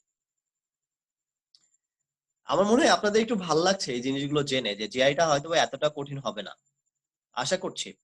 এরপরে যদি আমরা যাই যে আসলে ভার্বাল আর্টসিতে কি করা উচিত, বা জিআরই ভার্বালে ভালো করার জন্য কি করা উচিত, জিআরই ভার্বালে যদি ভালো করতে হয় সেটার জন্য আমি কি বলবো। জিআরই ভার্বালে ভালো করার জন্য কিছুক্ষণ আমি আপনাদের আগে বলেছি, জিআরই ভার্বালে ভালো করার জন্য you should have reading habit. Reading হ্যাবিটটা আপনার ডেফিনেটলি থাকতে হবে। রিডিং হ্যাবিট ছাড়া অন্য কিছু দরকার নেই। আপনার রিডিং হ্যাবিটটা, স্পেশালি আর্টসির জন্য তো রিডিং হ্যাবিটটা লাগবেই। আপনি যত সুন্দরভাবে পড়তে পারবেন, যত ফাস্ট আপনি পড়তে পারবেন, যত ফাস্ট আপনি ক্যাপচার করতে পারবেন, সেটা খুবই ইম্পর্টেন্ট জিআরই ভার্বালে ভালো করার জন্য। আপনার রিডিং হ্যাবিটটা দরকার। তো রিডিং হ্যাবিটটা বাড়াতে হবে কিভাবে? রিডিং হ্যাবিটটা আপনি জার্নাল পড়ে পড়ে বাড়াতে পারেন। যেমন আমি আগে 3টা জার্নালের কথা আপনাদের বলেছি, সেই জার্নাল পড়ে বাড়াতে পারেন। অথবা আরেকটা কাজ হতে পারে, সেটা হচ্ছে আপনি বই পড়তে পারেন, বিভিন্ন বুকস পড়তে পারেন। কোন বইগুলো পড়বেন? যে বইগুলো হচ্ছে নন ফিকশনাল বই, সেই বইগুলো বেশি পড়ার চেষ্টা করবেন। নন ফিকশনাল বইগুলো পড়ার চেষ্টা করবেন। খুব বেশি ভালো হয় আপনি যদি জার্নাল গুলো থেকে আর্টিকেল গুলো পড়ে ফেলেন, সেটা খুবই ভালো। কিন্তু সেখানে সমস্যা আছে, আপনি জার্নাল পড়তে পড়তে একটা সময় বোর্ড হয়ে যাবেন, আপনি বিরক্ত হয়ে যাবেন, এত পড়া যায় না। তো যখন আপনার এইটা বিরক্ত চলে আসবে আপনার মনের মধ্যে, তখন আপনি বইগুলোতে শিফট হতে পারেন। বই যখন আপনি পড়বেন, বইয়ে কিন্তু লেখক কি করে, সাসপেন্স ক্রিয়েট করে। প্রায় প্রত্যেকটা বইয়ে সাসপেন্স ক্রিয়েট করে। হোয়াটস গনা নেক্সট, হোয়াটস গনা হ্যাপেন নেক্সট, হোয়াটস গনা হ্যাপেন নেক্সট। সে কি মারা যাবে নাকি সে ওখান থেকে বেঁচে আসবে? একটা সাসপেন্স কিন্তু সবসময় আপনার মধ্যে থাকবে বই পড়ার সময়। একটা টার্গেট থাকবে যে এই বইটার পরে কি হবে, কতদিন আমি এই বইটা শেষ করব। তো যদি আপনার আর্টিকেল পড়তে পড়তে আপনি বোর হয়ে যান, তখন আপনি অবশ্যই বই পড়তে পারেন। বই পড়লে যে উপকার হবে না সেটা না, আর্টিকেল পড়লে যতটুকু তাড়াতাড়ি আপনার রিডিং হ্যাবিটটা ইমপ্রুভ হতো, বই পড়লে হয়তো বা ততটুকু তাড়াতাড়ি হবে না, বাট অ্যাটলিস্ট আপনি তো পড়ার একটা হ্যাবিট তৈরি করবেন। That's enough, I think that's enough. এখন এই যে আপনি আর্টিকেল গুলো পড়ছেন, বইগুলো পড়ছেন, এগুলো পড়ার পরে আপনার আরেকটি কাজ আছে, পড়ার সাথে সাথে আপনার আরেকটি কাজ আছে। সেখানে দেখবেন ওই বইগুলোতে বা আর্টিকেল গুলোতে অনেক আননোন ওয়ার্ডস আছে, অনেক আননোন ওয়ার্ডস আছে যেগুলো আপনি আগে জানতেন না। সেগুলো যদি আপনি একটু লিস্ট করে রাখেন, তাহলে আপনার ভবিষ্যতে অবশ্যই কাজে দিবে। আপনি আননোন ওয়ার্ডস গুলো একটু লিস্ট আউট করে রাখবেন। কোথায় লিস্ট আউট করে রাখবেন? আপনি কোনো খাতায় লিস্ট আউট করে রাখবেন? ডেফিনেটলি না। যদি আপনি খাতায় লিস্ট আউট করে রাখেন, তাহলে আপনাকে আমি বলবো ইউ আর অ্যাবসলিউটলি ইনকারেক্ট। আপনি খাতায় লিস্ট করে রাখবেন না। খাতায় লিস্ট করে রাখলে কোন খাতায় লিখেছেন সেটা কোনোদিন একদিন ভুলে যাবেন। আপনি গুগল ডক্সে লিস্ট করে রাখতে পারেন। তাহলে এই লিস্টটা আপনি কখনোই ভুলবেন না, এবং সাথে এক্সাম্পল দিয়ে রাখবেন। ওই ওয়ার্ডটার এক্সাম্পল, ওই ওয়ার্ডটার ডেফিনিশন, এটা দিয়ে ওই ওয়ার্ডস গুলো সিরিয়াল ওয়াইজ লিখে রাখবেন। এখন একটা ওয়ার্ড যদি আপনি একের অধিকবার পান, তখন সাইডে একটা স্টার সাইন দিয়ে রাখেন যে এই ওয়ার্ডটা আমি একের অধিকবার পেয়েছি। That means this is highly frequently used word. এই ওয়ার্ডটা ফ্রিকোয়েন্সি বেশি, এটা আমার কাজে লাগতে পারে, এই ওয়ার্ডটা আমাকে মেমোরাইজ করতে হবে। তাহলে আপনার এক ঢিলে দুই পাখি মারা হয়ে যাচ্ছে। যখন আপনি রিডিং পড়বেন, তখন আপনার রিডিং হ্যাবিটটা ইমপ্রুভ হবে, সাথে সাথে আপনার কিন্তু ওয়ার্ডস গুলো জানা হয়ে যাবে। ওই ওয়ার্ডস গুলো যদি আপনি শিখে আসেন, তখন আমরা যে 1500 হাই ফ্রিকোয়েন্সি ওয়ার্ডস এর কথা বলেছি, সেইখানে দেখবেন 1000 ওয়ার্ডস আপনি কমন পাচ্ছেন। এক্সট্রা 500 ওয়ার্ড থাকবে, সেই 500 ওয়ার্ড পরে পরীক্ষার হলে চলে যাবেন। GRE not that tough, GRE actually easy, but আমাদের স্ট্র্যাটেজি অনুযায়ী আগাতে হবে। Strategic GRE is fun. আমার এখানে কিন্তু একটা ডায়লগ আমি এখানে লিখেছি, বা এটা হচ্ছে আমার একটা মোটো বলতে পারেন, এটা হচ্ছে আমার একটা motto. Strategic GRE is fun, but আমরা স্ট্র্যাটেজি গুলো জানি না, এটা হচ্ছে আমাদের সমস্যা। আপনি যদি স্ট্র্যাটেজি জানেন, তাহলে জিআরই আসলে কঠিন না, ফান, ডেফিনেটলি ফান। ওকে, এই স্লাইড নিয়ে আমি কোনো কথাই বলিনি। এই স্লাইড নিয়ে আমি ভার্বাল সেকশনে যদি একটু কথা বলি, ভার্বাল সেকশনে কি কি জিনিস থাকে। ভার্বাল সেকশনে এখানে আমি একটু লিখছি, ভার্বাল সেকশনে আরসি থাকে। আমি একটা সেকশনে 20টা কোশ্চেন থাকে। কি কি থাকে 20টা কোশ্চেন্সে সেটা বলছি। 20টা কোশ্চেন্সের কোশ্চেন নাম্বার 1 থেকে 6 হচ্ছে টেক্সট কমপ্লিশন। টেক্সট কমপ্লিশনকে আমি টিসি বলছি, text completion. Question number 7 to 11 হচ্ছে, এটা সবসময় ফিক্সড থাকবে, reading comprehension RC. Question number 12 to 15 হচ্ছে sentence equivalence, and question number 16 to 20 হচ্ছে এগেইন রিডিং কম্প্রিহেনশন। এই হচ্ছে টোটাল একটা ভার্বাল সেকশনে 20টা কোশ্চেন্স এর ফ্র্যাগমেন্টাইজেশন। এখানে দেখেন টিসি, আমরা কোশ্চেন টাইপ সম্পর্কে পরে জানছি বা দেখছি কেমন। টিসি থাকে, আরসি থাকে, সেন্টেন্স ইকুইভ্যালেন্স থাকে, আবার আরসি থাকে। সবকিছুতে যদি আপনি খেয়াল করেন দেখবেন আরসি কয়টা আছে, এখানে 5টা আছে আর এইখানে 5টা আছে। টোটাল আরসি 20টার মধ্যে আরসি কিন্তু 10টা, সেন্টেন্স ইকুইভ্যালেন্স হচ্ছে 6টা, আর টেক্সট কমপ্লিশন হচ্ছে, সরি, টেক্সট কমপ্লিশন হচ্ছে 6টা আর সেন্টেন্স ইকুইভ্যালেন্স হচ্ছে 4টা। তার মানে ভার্বালে আরসি থেকেই কিন্তু 50% কোশ্চেন্স আসে, পরের সেকশনে একইভাবে আসবে। 50% কোশ্চেন্স কামস ফ্রম আরসি। তার মানে আমি যে বলেছি রিডিং হ্যাবিটটা আপনার দরকার, কেন দরকার সেটা সম্পর্কে আইডিয়া পেয়ে যাচ্ছেন যে আরসিটাই বেশি থাকে। এই আরসি গুলোর কথা যখন বলবো তখন আরসি তে রিডিং প্যাসেজে কি কি ধরনের কোশ্চেন্স আসে? প্রাইমারি পারপাস কোশ্চেন্স আসে, মাল্টিপল চয়েস এমসিকিউ আসে, তার মানে হচ্ছে মাল্টিপল আনসার হতে পারে। এমসিকিউ এ সবসময় যে একটা আনসার হবে সেটা না, একটা, দুইটা অথবা তিনটা অপশন এখানে থাকে, তিনটা আনসারই হতে পারে। তারপরে কিছু কিছু কোশ্চেন্স আসে যেটা হচ্ছে প্যাসেজ থেকে একটা সেন্টেন্স কে সিলেক্ট করতে দেয়, প্যাসেজের মাঝখান থেকে কোন সেন্টেন্সটা সিলেক্ট করতে দেয়। আরেকটা টাইপস হচ্ছে স্পেসিফিক ফ্যাক্ট টাইপস, আর একটা হচ্ছে ইনফারেন্স কোশ্চেন্স। এগুলো সম্পর্কে ডিটেইলস বা বিস্তারিত আলোচনা করা অ্যাকচুয়ালি আজকের সেশনে সম্ভব না। আমাদের যে সেশন বা আমাদের যে কোর্সটা রয়েছে সেই কোর্সে আমরা এই জিনিসগুলো, প্রত্যেকটা টাইপস এর কোশ্চেন্স গুলো আলাদা করে ডেসক্রাইব করে আলাদাভাবে স্ট্র্যাটেজি দেখিয়ে আমাদের কোর্সগুলোকে রান করা হয়। আমরা চেষ্টা করব সেখানে এই জিনিসগুলো আলোচনা করার জন্য। আজকে জাস্ট আমি একটু আপনাদের দেখাচ্ছি কোশ্চেন ফরম্যাট গুলো কি হয়ে থাকে। Thank you. আমি নেক্সট কোশ্চেনে যদি যাই, নেক্সট স্লাইডে যাই যে আসলে প্রাইমারি পারপাস কোশ্চেন্সটা কেমন। দেখেন প্রাইমারি পারপাস কোশ্চেন্সটা আপনি বুঝবেন কিভাবে, বা মেইন আইডিয়া কোশ্চেন্সটা কিভাবে বুঝবেন। বাম পাশে মেইন পরীক্ষা তো এরকমই থাকবে, বাম পাশে প্যাসেজ থাকবে আর ডান পাশে হচ্ছে কোশ্চেন্স থাকবে। সবসময় একটা স্ক্রিনে শুধুমাত্র আপনি একটা কোশ্চেন্সই দেখতে পাবেন। এইটা primary purpose questions. Primary purpose কোশ্চেন্সটা মানে হচ্ছে যে এই যে প্যাসেজটা আছে এই প্যাসেজের সামারিটা কি, আমি এটা সলভ করতে যাচ্ছি না। ওকে, নেক্সট। ওকে, এখানে আরো কিছু কোশ্চেন টাইপ থাকার কথা ছিল, আচ্ছা আমরা দেখছি না। আরো একটা টাইপের রিডিং কম্প্রিহেনশন কোশ্চেন্স আসে, আরো রিডিং কম্প্রিহেনশন আরেকটা ছোট্ট একটা টাইপস আসে, সেটা হচ্ছে critical reasoning questions. Critical reasoning এটা হচ্ছে রিডিং কম্প্রিহেনশনের মধ্যে আরেকটা ক্যাটাগরি, যেটা ওইখানে আমি এক্সপ্লেন করতে পারিনি। সেই ক্রিটিক্যাল রিজনিং কোশ্চেন্স এর মধ্যে স্ট্রেংথেনিং, উইকেনিং এন্ড অ্যাজাম্পশন। আগের স্লাইডে যদি দেখেন তাহলে রিডিং কম্প্রিহেনশনটা মোটামুটি বড় ছিল, আরো বড়, 3 প্যারাগ্রাফ 4 প্যারাগ্রাফের পর্যন্ত রিডিং কম্প্রিহেনশন আসে, অলমোস্ট 40 লাইনস এর প্যাসেজও আসে। এটার লাইন কত হবে? 12-13 লাইন হবে এটা। 40 লাইনস এর প্যাসেজও আসে, ছোট প্যাসেজ আসে, বড় প্যাসেজ আসে, মিডিয়াম প্যাসেজ আসে। ক্রিটিক্যাল রিজনিং গুলো খুবই ছোট ছোট প্যাসেজ। ক্রিটিক্যাল রিজনিং এর মধ্যে 3টা টাইপস এর কোশ্চেন্স বলেছি, স্ট্রেংথেনিং, উইকেনিং, অ্যাজাম্পশন। তো ক্রিটিক্যাল রিজনিং এ দেখেন খুব ছোট ছোট প্যাসেজ গুলো আসে, প্যারাগ্রাফ, একটা প্যারাগ্রাফই থাকবে ক্রিটিক্যাল রিজনিং এ। সেটার জন্য দেখেন এই যে এখানে বলেছে স্ট্রেংথেনিং কোশ্চেন্স। আমাদের কোর্সগুলোতে আমরা এগুলো আলোচনা করবো। আজকে আসলে সময়ের স্বল্পতার কারণে আমরা আলোচনা করতে পারছি না, সরি। আমি দেখাতে পারলে, আমি চাই আপনাদের দেখাতে, বাট দেখাতে পারলে আমি খুব খুশি হতাম।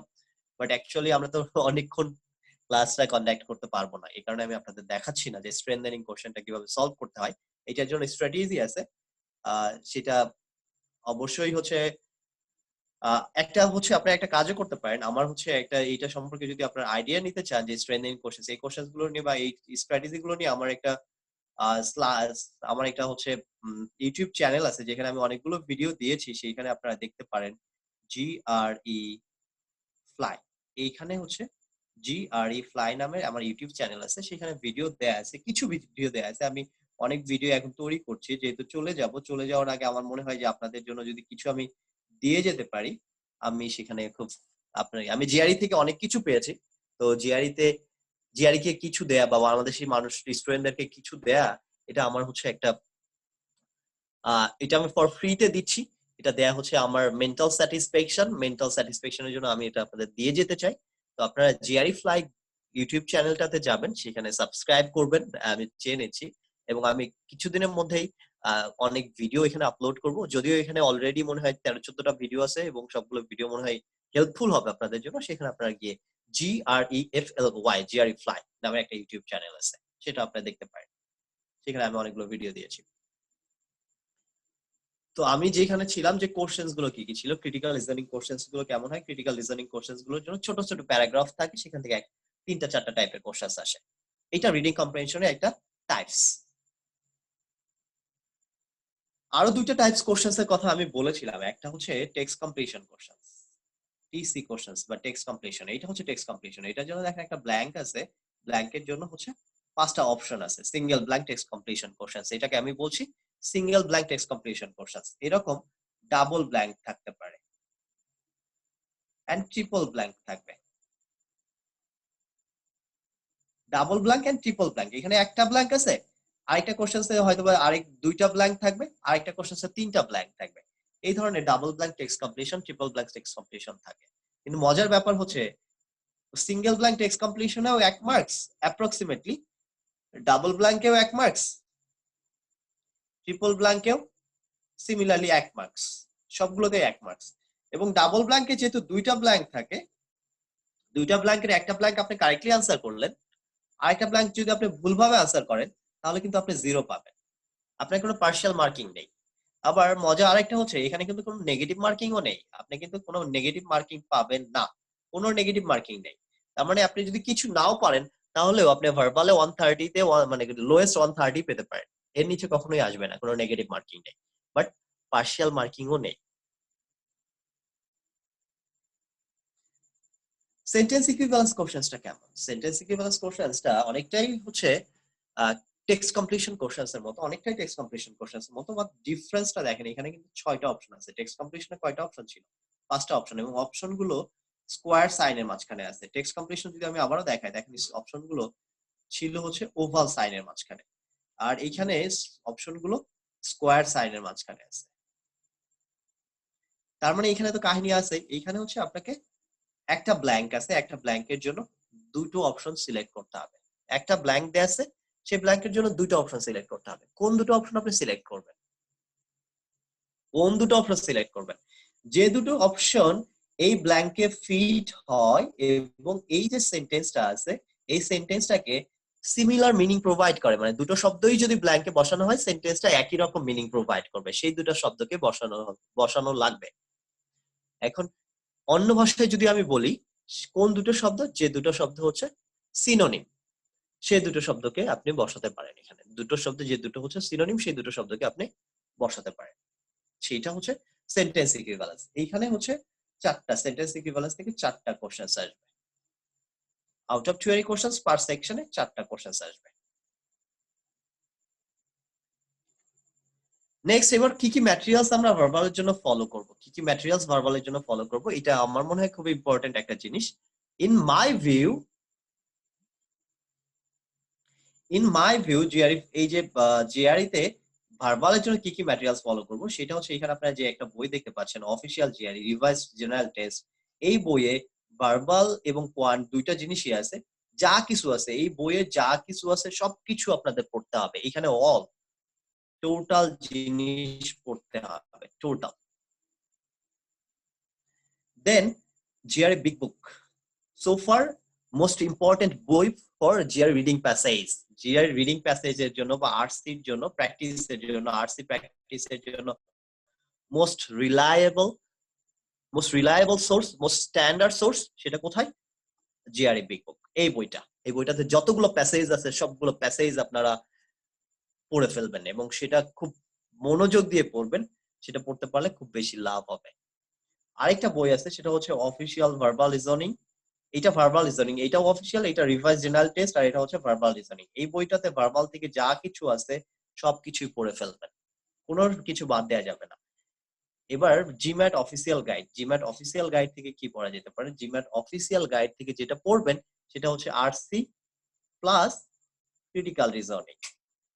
জিম্যাট অফিসিয়াল গাইড থেকে RC plus critical reasoning questions গুলো আপনারা পড়ে ফেলবেন। এখন এখানে কিন্তু সেন্টেন্স ইকুইভ্যালেন্স এবং টেক্সট কমপ্লিশন এইখানে কিছু আছে আর এইখানে কিছু আছে, বিগ বুকে এটা নেই। তাহলে সেন্টেন্স ইকুইভ্যালেন্স এবং টেক্সট কমপ্লিশনের জন্য আমি সোফার পেয়েছি এই বইটা, যেটা হচ্ছে প্রিন্সটন 1014। এখানে আমি 1014, বাট এখন বাজারে যেটা পাওয়া যায় 1027, প্রিন্সটন 1027 সেম বই। আপনারা যে কোনো একটা বই পড়লেই চলবে। আমি পিডিএফ এটা পেয়েছি তাই পিডিএফটা এখানে আমি দিয়েছি। এই বইটা আপনারা পড়ে ফেলবেন, প্রিন্সটন 1027 বই অথবা 10। আর ভার্বালের জন্য ম্যানহাটনের বইগুলোকে আমি ক্রস দিচ্ছি। আমার মতে ভার্বালের জন্য ম্যানহাটনের বই পড়ার দরকার নেই, কোনো কিছুই পড়ার দরকার নেই ভার্বালের জন্য। ইভেন আপনারা যারা অনেকেই ম্যাগুসের ফ্যান আছেন তাদের জন্য আমি একটা মেসেজ দিতে চাই। ম্যাগুসের যে কোশ্চেন্স গুলো আছে সেই কোশ্চেন্স গুলো in my view not standard, ETS standard questions তারা তৈরি করতে পারেনি। ম্যাগুসের কোশ্চেন্স গুলো ইটিএস স্ট্যান্ডার্ড না। তবে ম্যাগুস যদি আপনি অ্যাকাউন্ট কেনেন সেখানে আপনি কিছু উপকার পাবেন, ডেফিনেটলি আপনি কিছু উপকার পাবেন। সেই উপকারটা কি? ম্যাগুসের উপকার হচ্ছে যে সেইখানে আপনি ভিডিও এক্সপ্লানেশন গুলো পাবেন। ভিডিও এক্সপ্লানেশন থেকে আমরা অনেক টিপস এবং ট্রিক্স শিখতে পারি, সেগুলো হচ্ছে হেল্পফুল। বাট ম্যাগুসে যে ধরনের কোশ্চেন্স আমাদের সলভ করা, স্পেশালি ভার্বাল কোশ্চেন, সেই কোশ্চেন্স গুলো ইটিএস এর স্ট্যান্ডার্ড না। সেটা সলভ করলে আপনি স্ট্র্যাটেজি শিখবেন, বাট সেইটার মতো কোশ্চেন্স যে আমরা জিআরইতে পাবো, অনেকেই না বুঝে অনেক কথা বলে থাকে, সেই কথাগুলো সত্য না। তো ম্যাগুসকে ওভাররেট করার কিছু নেই। ম্যাগুস একদম খারাপও না, একদম ভালো কিছুও না। ম্যাগুস করলে হেল্প পাবেন। কেমন ধরনের হেল্প সেটা আমি বলেছি। তো এই ম্যাটেরিয়ালস গুলো যদি আপনারা ফলো করেন, আশা করি ভার্বালে এই কয়টা জিনিস, অফিসিয়াল জিনিস, এই কয়টা জিনিস ফলো করলেই ভার্বালে আপনি সবকিছু, ভার্বালে A to Z সম্পর্কে আপনার প্রিপারেশনটা কমপ্লিট হয়ে যাবে। বাট মেক শিওর তার আগে আপনার একটা ভালো রিডিং হ্যাবিট রয়েছে, সেটা থাকতে হবে, সেটা তৈরি করতে হবে প্রথমেই। হ্যাঁ, সো ফার ভার্বাল নিয়ে অনেক কথা বলেছি। আমার মনে হয় কথা বলতে বলতে আমার মুখ দিয়ে থুতু চলে আসছে, এত বেশি কথা বলেছি। একটু রেস্ট নেওয়া উচিত। একটু রেস্ট নিয়ে আমরা কোয়ান্টটা শুরু করব। কোয়ান্টের ক্ষেত্রে আমরা এই যে সাবকন্টিনেন্টে যারা আছি, আমরা যারা এই ইন্ডিয়ান উপমহাদেশে যারা আছি, তাদের জন্য কিন্তু কোয়ান্টটা খুব ইজি মনে হয়। কোয়ান্ট সেকশন হচ্ছে যে খুবই সহজ একটা সেকশন, কোয়ান্ট খুব কঠিন না। বাট কিছু মানুষের জন্য তো একটু কঠিন থাকবেই। যারা হচ্ছে নন স্টেম, যারা অনেকদিন কোয়ান্ট করেনি, তাদের জন্য কোয়ান্টটা অনেক কঠিন মনে হয়। বাট কিন্তু আমরা কিন্তু সবাই 9-10 পর্যন্ত কোয়ান্ট করে এসেছি, এবং সেখানে হয়তোবা প্রায় ম্যাক্সিমাম মানুষই আমরা A+ পেয়ে এসেছি। কোয়ান্টে। তার মানে আমরা কিন্তু কোয়ান্টে অ্যাকচুয়ালি খারাপ ছিলাম না। হয়তোবা কিছুদিন আমরা কোয়ান্টের সাথে আমাদের ফ্যামিলিয়ারিটি নেই, কোয়ান্টের সাথে আমাদের দেখা হয়নি কিছুদিন, এই কারণে কোয়ান্টটাকে একটু জোজো মনে হয়। বাট কিছুদিন পরে, কয়েকদিন চেষ্টা করার পরে কোয়ান্টটা আমাদের মনে হয় না খুব বেশি খারাপ লাগবে। আমরা ন্যাচারালি কোয়ান্টে ভালো। তারপরে কোয়ান্ট সম্পর্কে কিছু জিনিস আমরা জানবো, যে কোয়ান্টের সিলেবাসটা কি, অ্যাকচুয়ালি জিআরইতে সিলেবাসটা কি। যারা হচ্ছে অ্যাকচুয়ালি কোয়ান্ট অনেকদিন করেননি, তাদের জন্য এটা খুবই সুখের একটা কথা যে কোয়ান্টের সিলেবাসটা কি। কোয়ান্টের সিলেবাসটা হচ্ছে 4টা ব্রড সেকশন থেকে কোয়ান্টটা আসে। একটা হচ্ছে জিওমেট্রি থেকে আসে, অ্যালজেব্রা থেকে আসে, অ্যারিথমেটিক থেকে আসে, ডেটা ইন্টারপ্রিটেশন প্লাস স্ট্যাটিস্টিক্স থেকে কোশ্চেন আসে। জিওমেট্রি কোনগুলো? জিওমেট্রি কোশ্চেন গুলো কোনগুলো? জিওমেট্রি কি বলবো বোঝায়? স্ট্রেট লাইন একটা জিওমেট্রির অংশ, স্ট্রেট লাইন। তারপরে হচ্ছে সানোয়ার ভাই, সরি টু বদার ইউ, আপনি কি একটা ব্রেক নিতে চান, লাইক 2-4 মিনিটের, ইফ ইউ আর না টায়ার্ড? না না না না, আমি জাস্ট ফান করে বলেছি ভাই। আমি তো টাইমটা নিয়ে কনসাস। ও শিওর শিওর, আমার তাহলে হ্যাঁ। সমস্যা নেই, আমি হচ্ছে থ্যাংক ইউ ভাই, থ্যাংক ইউ বলার জন্য। ওকে। আচ্ছা, আপনার আচ্ছা অডিয়েন্স থেকে একটু হচ্ছে চ্যাটে দেখেন তো, অডিয়েন্স থেকে তারা কি বোর্ড হয়ে যাচ্ছে? যদি বোর্ড হয়ে যায় তাহলে হচ্ছে আমি ব্রেক দিব একটু। তার না যদি ভাই, বোর্ড না হয়, মজা লাগতেছে, আপনি কন্টিনিউ করেন। ভাইয়া প্লিজ আচ্ছা ক্যারি অন, অসুবিধা নেই। আচ্ছা, আপনি যদি বোর্ড না হন তাহলে আমার কোনো সমস্যা নাই, আমি আছি, আমি চলতে পারবো সারা রাত, সমস্যা নেই আমার। কারণ আমার এটা হচ্ছে, বললাম না, আমার এটা হচ্ছে আমার প্রাণ, বা এটা আমার ভালো লাগার একটা জিনিস। এখানে আমার আমার কাছে একটু মনে হচ্ছিল লাইক আমরা গোয়ান্তে যাওয়ার আগে একটু প্রথমে ভার্বাল সেকশনের উপর কিছু কোয়েশ্চেনস নেই, তারপরে ওখানে বোধহয় গেলে ভালো হয়। হ্যাঁ, এটা করা যেতে পারে যে ভার্বালের উপরে কিছু কোশ্চেনস আমরা নিতে পারি, বাট আমি কিন্তু কোয়ান্ট নিয়ে খুব বেশি কথা বলবো না, কারণ কোয়ান্ট আমরা অলরেডি কিন্তু জানি। আমার হয়তো বা 10 থেকে 15 মিনিট কোয়ান্টস নিয়ে আমি কথা বলবো, তারপরে একবারে আসলেই মনে হয় সবচেয়ে বেশি বেটার হতো। আমরা হচ্ছে কোয়েশ্চেন গুলো আসলে নোট ডাউন করছি এবং প্রতিটা সেকশনে কোয়েশ্চেন গুলো নিচ্ছি। আমি সানোয়ার ভাইকে হচ্ছে পাঠিয়ে দিব সেশনটা, ওনার প্রেজেন্টেশনটা শেষ হওয়ার ঠিক আগে। সো আই থিংক আমরা একসাথেই নেই, বিকজ লাইক টাইম একটা ম্যাটার আর কি। তো সানোয়ার ভাই আই থিংক ইউ কন্টিনিউ ভাই। আচ্ছা, থ্যাংক ইউ জাহিদ ভাই। আমি হচ্ছে এরকমই চাচ্ছিলাম, কারণ কোয়ান্ট নিয়ে আমি খুব বেশি কথা বলবো না, কিছু স্পেশাল টিপস দিব। সেটা দেখেন, এখানে হচ্ছে জিওমেট্রি থেকে কোশ্চেন আসে। জিওমেট্রি কোথা থেকে কোশ্চেন আসে? জিওমেট্রি থেকে স্ট্রেট লাইন থেকে কোশ্চেন আসে, তারপরে হচ্ছে জিওমেট্রি থেকে ট্রায়াঙ্গেল থেকে কোশ্চেন আসে, ট্রায়াঙ্গেলের সাথে হচ্ছে রেক্টেঙ্গেল থেকে কোশ্চেন আসে, সার্কেল থেকে কোশ্চেন আসে, পলিগনস থেকে কোশ্চেন আসে। এরপরে হচ্ছে স্পেশালি যে জিনিসটা নিয়ে জিওমেট্রিতে আমরা খুব বেশি ভয় পাই, সেটা হচ্ছে কোঅর্ডিনেট জিওমেট্রি। এইটা হচ্ছে আমাদের জন্য একটু আমার ভিউ থেকে কোঅর্ডিনেট জিওমেট্রি একটু টাফ একটা জিনিস। সেই কোঅর্ডিনেট জিওমেট্রি টাফ একটা জিনিস, সেই কোঅর্ডিনেট জিওমেট্রি আমরা ভয় পাই, কিন্তু কোঅর্ডিনেট জিওমেট্রি থেকে কিছু স্পেশাল টপিকস এর উপরে আসে। সেই টপিকস গুলো কি স্লপ থেকে আসে, নরমালি কোশ্চেনস, স্ট্রেট লাইনের ইকুয়েশনস থেকে কিছু কোশ্চেনস আসে, আর প্যারাবোলা থেকে কিছু কোশ্চেনস আসে। এর বাইরে থেকে তেমন কোনো কোশ্চেনস আসে না। তো এই কয়েকটা টপিকস নিয়ে যদি আমরা খুব বেশি ভালোভাবে খুব বেশি হচ্ছে এই কয়েকটা টপিকস যদি একটু ভালোভাবে হচ্ছে আমরা প্রিপারেশন নিয়ে যাই, তাহলে হচ্ছে জিআইতে খুব বেশি সমস্যা হবে না। ভাইয়া কোঅর্ডিনেট জিওমেট্রি থেকে কি রকম আসে বলছিলেন, একটু আবার বলবেন? আচ্ছা, কোঅর্ডিনেট জিওমেট্রি থেকে আমি বোঝাচ্ছি, আমি শেষ করার আগে আমি অবশ্যই বলবো। আমি সাবজেক্ট গুলোর কথা বললাম বা টপিকস গুলোর কথা বললাম, যে আসলে জিওমেট্রি থেকে কি ধরনের কোশ্চেনস আসে, কোথা থেকে কোশ্চেনস গুলো আসে, সেটা নিয়ে আমি কথা বলেছি। বাট এখানে দেখেন 4টা ব্রড সেকশন আছে। 4টা ব্রড সেকশনে টোটাল কোশ্চেনস হচ্ছে 20 কোশ্চেনস। একটা সেকশনে হচ্ছে 20 কোশ্চেনস। 4টা জায়গায় 20 কোশ্চেনস আসে। 20 কোশ্চেনস এর মধ্যে one on average every section থেকে 5টা করে কোশ্চেনস আসে। আচ্ছা, আমি যে এই যে কথাগুলো বলতেছি, এইটা কিন্তু কোথাও পাবেন না যে এইরকম ভাইয়া এইভাবে কিভাবে বলছে যে কোন কোশ্চেনটা কেমন। এটা আমার এক্সপেরিয়েন্স থেকে আমি বলছি, ওয়ান অ্যান্ড এভারেজ বলছি যে 5টা কোশ্চেন আসে এরকম প্রত্যেকটা সেকশন থেকে। জিওমেট্রি থেকে টোটাল আসবে হচ্ছে একটা সেকশনে 5টা কোশ্চেন। তার মানে 5টা কোশ্চেন এর কিছু কোশ্চেন স্ট্রেট লাইন থেকে আসতে পারে, কিছু কোশ্চেন পলিগন থেকে আসতে পারে। তাহলে কোঅর্ডিনেট থেকে কয়টা আসবে? কোঅর্ডিনেট থেকে একটা বা দুইটা কোশ্চেন আসবে পার সেকশনে। সিমিলারলি অ্যালজেব্রা থেকে একটা বা দুইটা মানে পার সেকশনে 5টা কোশ্চেন আসতে পারে অ্যালজেব্রা থেকে। অ্যালজেব্রাতে আমরা কি জানি, অ্যালজেব্রার মধ্যে কি কি আছে? অ্যালজেব্রার মধ্যে দুইটা খুব কমন টপিকস আছে। একটা হচ্ছে ইনইকুয়ালিটি থেকে আসে। ইনইকুয়ালিটি মানে হচ্ছে less than, greater than, less than, এই যে এই সাইন গুলো ইউজ করে যে ম্যাথ গুলো থাকে সেইটা। সেই ইনইকুয়ালিটি থেকে কিছু ম্যাথস আসে। আর একটা হচ্ছে quadratic equations, x square plus 2x plus a। Algebra বলতে আমরা যেটা বুঝাই সেই রিলেটেড কোশ্চেনস গুলো আসে। অ্যারিথমেটিক আপনাদের জন্য আমি একটা ছোট্ট একটা করতে পারি। অ্যারিথমেটিক থেকে কি ধরনের কোশ্চেন আসে? অ্যারিথমেটিক মানে হচ্ছে, অ্যারিথমেটিকের বাংলা যদি আমরা করি, অ্যারিথমেটিকের বাংলা হচ্ছে পাটিগণিত। তো পাটিগণিত থেকে কি ধরনের কোশ্চেন আসে? এখান থেকে নরমালি ওয়ার্ড প্রবলেম গুলো আসে। অ্যারিথমেটিক থেকে নরমালি ওয়ার্ড প্রবলেম গুলো আসে।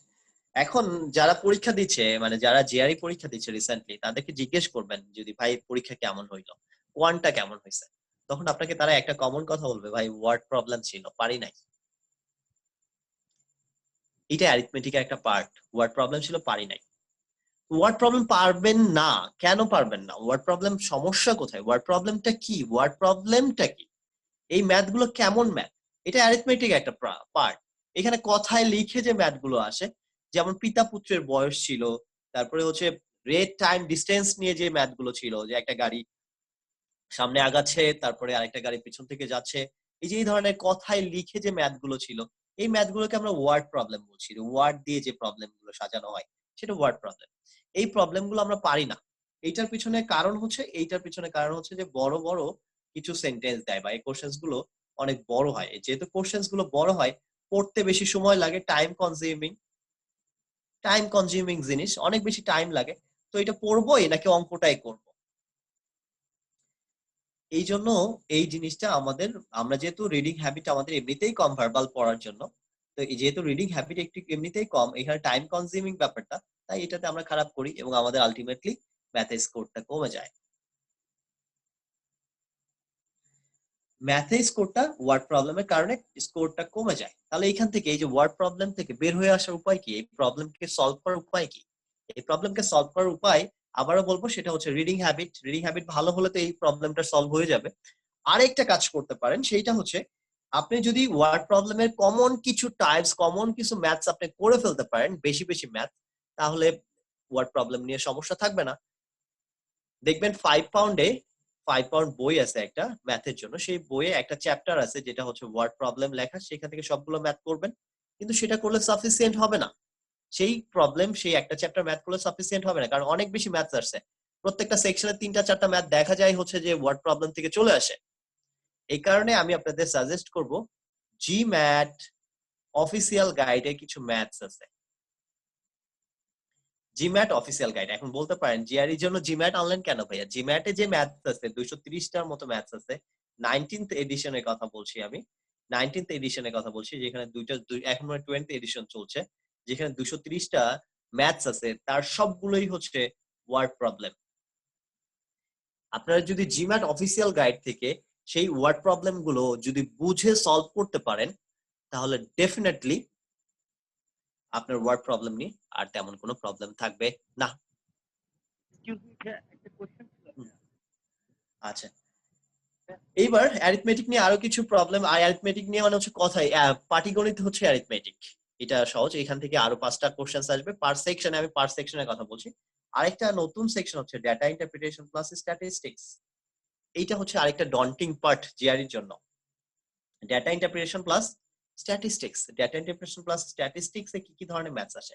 ডেটা ইন্টারপ্রিটেশন কেমন সেটা একটু পরে বলছি।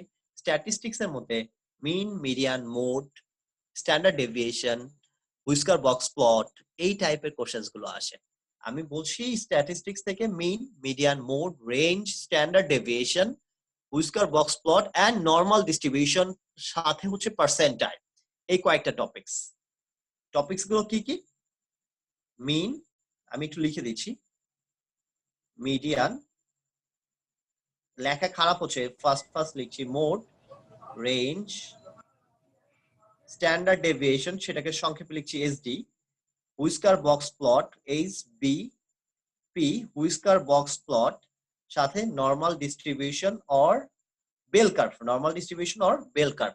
এই কয়টা টপিকস থেকে হচ্ছে জিআরই তে কোশ্চেন্স আসে স্ট্যাটিস্টিক্স থেকে। এই কয়টা টপিকস সম্পর্কে যদি আপনার ক্লিয়ার আইডিয়া থেকে যায়, বা আপনি যদি ক্লিয়ার আইডিয়া রাখতে পারেন এই কয়েকটা টপিকস সম্পর্কে, তাহলে আপনার এই রিলেটেড প্রবলেম গুলোতে কোনো সমস্যা হবে না। ডেফিনেটলি এই কয়টা টপিক সম্পর্কে আপনি ক্লিয়ার আইডিয়া রাখবেন, কনসেপ্টটা ক্লিয়ার করে ফেলবেন। এইখান থেকেও প্রত্যেকটা সেকশনে 8টা সেকশন থেকে 5টা কোশ্চেন্স আসে। এখন আপনাদের মনে কিছু কোশ্চেন্স আসতে পারে, ভাই পারমিটেশন কম্বিনেশন কই, প্রবাবিলিটি কই, পারমিটেশন কম্বিনেশন এন্ড প্রবাবিলিটি কই? এইটার জন্য তো অনেক সমস্যা হয়। এইটা কি? এইটা তো পারিই না। পারমিটেশন কম্বিনেশন এন্ড প্রবাবিলিটি নিয়ে অনেক সমস্যা হয়, এটা কোথায়? এইটা অ্যাকচুয়ালি এই যে broad section 4 number section data interpretation plus statistics, এই সেকশনের মধ্যেই আসবে। এখানে হচ্ছে পারমিটেশন কম্বিনেশন প্লাস প্রবাবিলিটি। প্রতিটা সেকশনে একটা হাইয়েস্ট, একটা থেকে 2টা ম্যাথ আসতে পারে highest, permutation combination plus probability. But আমাদের প্রিপারেশনের, ম্যাথের প্রিপারেশনের অলমোস্ট 20% সময় আমরা কিন্তু এই পারমিটেশন কম্বিনেশন এন্ড প্রবাবিলিটি নিয়ে দিয়ে থাকি। এটার পিছনে একটা কারণ আছে, বিভিন্ন গ্রুপ দেখবেন, বা অনেকেই হচ্ছে নিজেকে জাহির করতে যেয়ে অনেক গ্রুপে, অনেক ফেসবুক গ্রুপে permutation combination and probability related math গুলো দিয়ে থাকে, কারণ এই ম্যাথ গুলো একটু কনফিউজিং, একটু সমস্যা করে, তো তারা দিয়ে থাকে নিজেকে জাহির করার জন্য। তো দিলে তখন আমরা কি করি, এই ম্যাথ তো পারছি না, তাহলে মনে হয় শেষ। বাট অ্যাকচুয়াল পরীক্ষায় গিয়ে দেখবেন পারমিটেশন কম্বিনেশন বা প্রবাবিলিটি থেকে একটা বা 2টা ম্যাথ আছে হাইয়েস্ট। তো সেইটার জন্য তো ভাই আমি 20% প্রিপারেশন নিচ্ছি পরীক্ষার জন্য, 20% প্রিপারেশন নিচ্ছি এই পারমিটেশন কম্বিনেশন এর জন্য, কিন্তু সেখান থেকে আমি একটা বা 2টা ম্যাথ পেলাম, তাহলে কি এটা আমার স্ট্র্যাটেজিটা ঠিক থাকলো? ডেফিনেটলি এইটা ভুল একটা স্ট্র্যাটেজি আমি নিয়েছিলাম। এই কারণে পারমিটেশন কম্বিনেশন যতটুকু পড়া দরকার সেই ঠিক ততটুকুই পড়বো, এটাকে বেশি বেশি পড়ার করে কিছু নাই। পারমুটেশন কম্বিনেশন অ্যাকচুয়ালি একটা টপিকস যেখানে একটা বা দুইটা ম্যাথস আসে। তাহলে এটা নিয়ে এত বেশি মাথা ঘামানোর তো কিছু নাই, বাট আমরা যেটা করি সেটা নিয়েই সবচেয়ে বেশি মাথা ঘামাই। এটা হচ্ছে আপনাদের জন্য একটা সাজেশন বা সতর্কতা। বাট পারমুটেশন কম্বিনেশন বেসিক তো আপনাকে জানতেই হবে, যতটুকু ম্যাথ করা দরকার আপনি করবেন। ওকে, এরপরে কিছু হচ্ছে কোশ্চেন্স টাইপ বা জিওমেট্রি থেকে কি ধরনের কোশ্চেন্স আসে সেই কোশ্চেন্স গুলোর কথা বলা হচ্ছে। স্ট্যাটিস্টিক্স থেকে এখানে হচ্ছে স্ট্যাটিস্টিক বেল কার্ভ না, এটা অ্যালজেব্রা থেকে কি ধরনের কোশ্চেন্স আসে সেই ধরনের কিছু কোশ্চেন্স দেখানো হয়েছে। অ্যারিথমেটিক থেকে কি ধরনের কোশ্চেন্স আসে সেটা দেখানো হয়েছে। আমি সলভ করতে যাচ্ছি না অ্যারিথমেটিকের কোশ্চেন্স। ওয়ার্ড প্রবলেম, এটা অ্যাকচুয়ালি ওয়ার্ড প্রবলেম কোশ্চেন্স। এই কোশ্চেন্স গুলো ডেটা ইন্টারপ্রিটেশন কোশ্চেন্সটা কেমন সেটা নিয়ে একটু কথা বলা দরকার।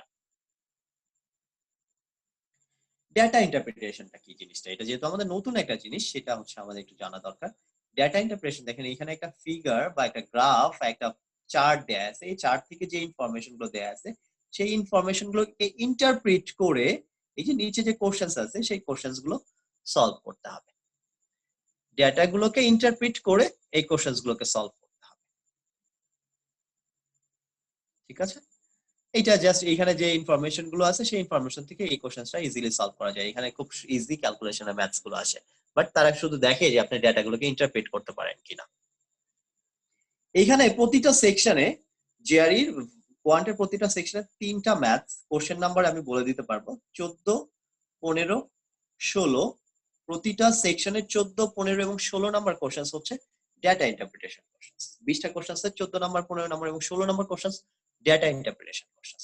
তো ডেটা ইন্টারপ্রিটেশন কোশ্চেন তার মানে একটা সেকশনে 3টা আসলে আরেকটা সেকশনে কয়টা আসবে? আরো 3টা আসবে, টোটাল 6টা কোশ্চেন। এই 6টা কোশ্চেনের জন্য আমরা এই 6টা কোশ্চেনও টাইম কনজিউমিং, এটা আমরা ভয় পাই।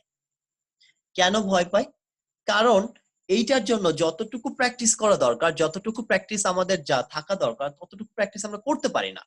কারণ 5 পাউন্ডে একটা মাত্র চ্যাপ্টার আছে, অন্য বইয়ে নোভাতে কোনো নোভা জিআরই ম্যাথ বাইবেলে এটা নিয়ে তেমন কোনো চ্যাপ্টার নেই। অন্যান্য ম্যানহাটন 1 to 6 এ এটা নিয়ে কোনো চ্যাপ্টার নেই। ইটিএস এর বইয়ে এটা নিয়ে তেমন কোনো চ্যাপ্টার নেই। ম্যাগুস থেকে যারা করছেন তারা কিছু ম্যাথ পাবেন, খুব বেশি ম্যাথ পাবেন না ম্যাগুসের। তো এই ডেটা ইন্টারপ্রিটেশনের প্র্যাকটিস প্রবলেম গুলো, প্র্যাকটিস করার জায়গাটা খুব কম, প্র্যাকটিস খুব বেশি করা যাচ্ছে না ম্যাগুস থেকে, সরি ডেটা ইন্টারপ্রিটেশন থেকে। এই কারণে এইখানে যে ধরনের প্রবলেমস আসে এই প্রবলেম গুলো একটু ডিফারেন্ট ওয়েতে আসলে সেটা আমরা পারি না, আর এখানে একটু টাইম কনজিউমিং হবে এটা। এই প্রবলেম গুলো সলভ করার জন্য আমি আপনাদের সাজেস্ট করব বিগ বুক নামের যে বইটা আমি আপনাদের বলেছি, বিগ বুক, জিআরই বিগ বুক, ছবিও দেখেছি, সেইখানে ম্যাথ সেকশনও আছে। ভার্বাল সেকশন যেমন আছে ম্যাথ সেকশন আছে। ম্যাথ সেকশনের প্রতিটা ম্যাথ সেকশনের কোশ্চেন নাম্বার 21 থেকে 25, এই 5টা কোশ্চেন, প্রতিটা ম্যাথ সেকশনের কোশ্চেন নাম্বার 21 থেকে 25 এই 5টা কোশ্চেন হচ্ছে ডেটা ইন্টারপ্রিটেশন কোশ্চেন। এই ডেটা 5টা কোশ্চেন, তার মানে বিগ বুকে টোটাল 27টা 27 টেস্ট আছে। 27 টেস্টের মধ্যে 54 সেটস আছে, 54 সেটস অফ কোয়ান্ট আছে। তো সেইখানে প্রত্যেকটা সেটে 5টা করে ডেটা ইন্টারপ্রিটেশন কোশ্চেনস আছে।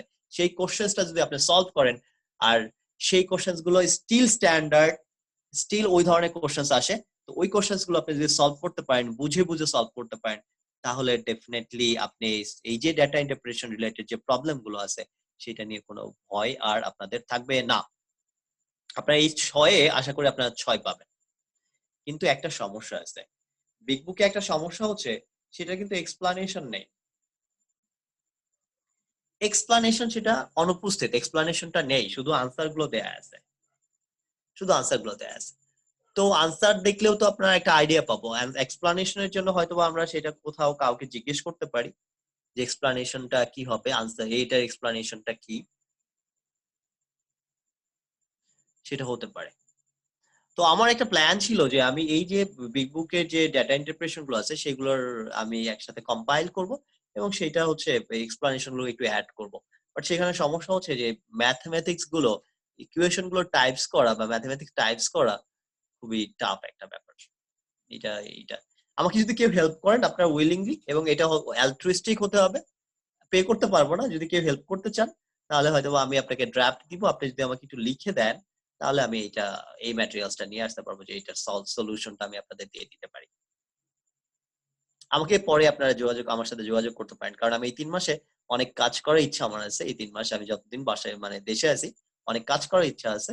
তো এই কাজটা যদি আমাকে কেউ করে দেন উইলিংলি, সে অবশ্যই ওই কোশ্চেন গুলো সলভ হয়ে যাবে তার, এবং সেটা সম্পর্কে A to Z তার আইডিয়া হয়ে যাবে। ওকে, আমাকে একটু পরে আপনারা নক দিবেন, আমার ফেসবুক আইডি আপনারা সানোয়ার হোসেন শামীম নামেই আছে, সেখানে হচ্ছে আপনারা পেয়ে যাবেন। এবং আমার আরো অনেক কাজ করার ইচ্ছা আছে, যেমন হচ্ছে আমি এবার রিডিং কম্প্রিহেনশন নিয়ে অনেকগুলো ভিডিও নিয়ে আসবো, সেগুলো হচ্ছে আমি চাবো হচ্ছে কেউ যদি আমাকে ভিডিওটা এডিট করে দেন ফর ফ্রি, খুব বেশি এডিট করতে হবে না, যদি প্লাউজিবল হয় এরকম এডিট করে দেন, তাহলে সেটার জন্য আমি তাকে অ্যাপ্রিসিয়েট করবো। এবং ভিডিও রিডিং কম্প্রিহেনশন তো আপনাদের জন্য একটা খুব কঠিন বিষয়, সেটাকে আমি সহজ করে নিয়ে দেওয়ার চেষ্টা করবো ইনশাল্লাহ। ওকে, আমি আপনাদের ইনভাইট করছি যে আপনারা চলুন আমরা সবাইকে হেল্প করি। ওকে, নেক্সট আমরা এই তো আমরা ডেটা ইন্টারপ্রিটেশন কোশ্চেন্স দেখলাম, ডেটা ইন্টারপ্রিটেশন কোশ্চেন্স কে কিভাবে সলভ করতে হবে সেটা দেখলাম। এরপরে হচ্ছে আমরা যাব, সেটা হচ্ছে মাস্টারিং দ্য কোয়ান্টিটেটিভ সেকশন, কিভাবে সেকশনটাকে মাস্টার করা যায়। আমি কিন্তু অলরেডি বলেছি, এটা নিয়ে আর বলবো না। এটা নিয়ে একটা জিনিস আপনাদের বলি, সেটা হচ্ছে যে আমরা একটা জিনিস, যে জিনিসটা খুব ভুল করে থাকি, সেটা হচ্ছে যে একটা জিনিস খুব ভুল করি, যে আমরা খুব ফাস্ট যাওয়ার চেষ্টা করি, খুবই ফাস্ট, মনে করেন মাথায় আছে যে আমাকে শেষ করতেই হবে, খুব তাড়াতাড়ি শেষ করতে হবে, এইটা একটা চিন্তা থাকে, তখন কিছু সিলি মিস্টেক হয়ে যায়। আরেকটা ভুল করে থাকি, যে কিছু মানুষ আছি আমরা যারা খুব অ্যাকুরেসি নিয়ে চিন্তা করি, যে 100% অ্যাকুরেটলি আনসার করব, সেটাও ভুল অ্যাপ্রোচ। আপনাকে একটা মিডিয়াম পন্থা অবলম্বন করতে হবে, মিডিয়াম পন্থা, খুব বেশি স্লো না, খুব বেশি ফাস্টও না, কিন্তু মিডিয়াম পন্থাটা অবলম্বন করবেন। এবং আপনার মোটামুটি যদি 90% অ্যাকুরেটও হয় তাও চলবে, 100% অ্যাকুরেট হওয়ার দরকার নেই আপনার আনসার গুলো, 90% অ্যাবাভ 90% অ্যাকুরেট হলেও চলবে। আমার ক্ষেত্রে যেটা হয়েছিল সেটা হচ্ছে যে আমার কোয়ান্ট সেকশনটা, আমি অ্যাকচুয়ালি কি করেছিলাম, কোয়ান্ট সেকশনে 35 মিনিটস থাকে, তো দুইটা কোয়ান্ট সেকশনে, ফার্স্ট কোয়ান্ট সেকশনে I took 23 minutes to solve every questions, মানে 20টা কোশ্চেন সলভ করতে 23 মিনিটস নিয়েছিলাম আমি। পরের সেকশনে আমার করতে 25 মিনিটস সময় লেগেছিল। পরের সেকশনটা একটু কঠিন আসে। প্রথম সেকশনটা যদি আপনি ভালো আনসার করেন, পরের সেকশনটা তুলনামূলকভাবে কঠিন আসবে, কোশ্চেন্স গুলো একটু সময় বেশিই লাগবে। এই যে বাকি সময়টা ছিল 23 মিনিটের জায়গায়, এখানে আমার বাকি 12 মিনিট সময় ছিল, আর এখানে বাকি ছিল 10 মিনিট সময়। এই 10 মিনিট সময় এবং 12 মিনিট সময় আমি কি করেছি অ্যাকচুয়ালি,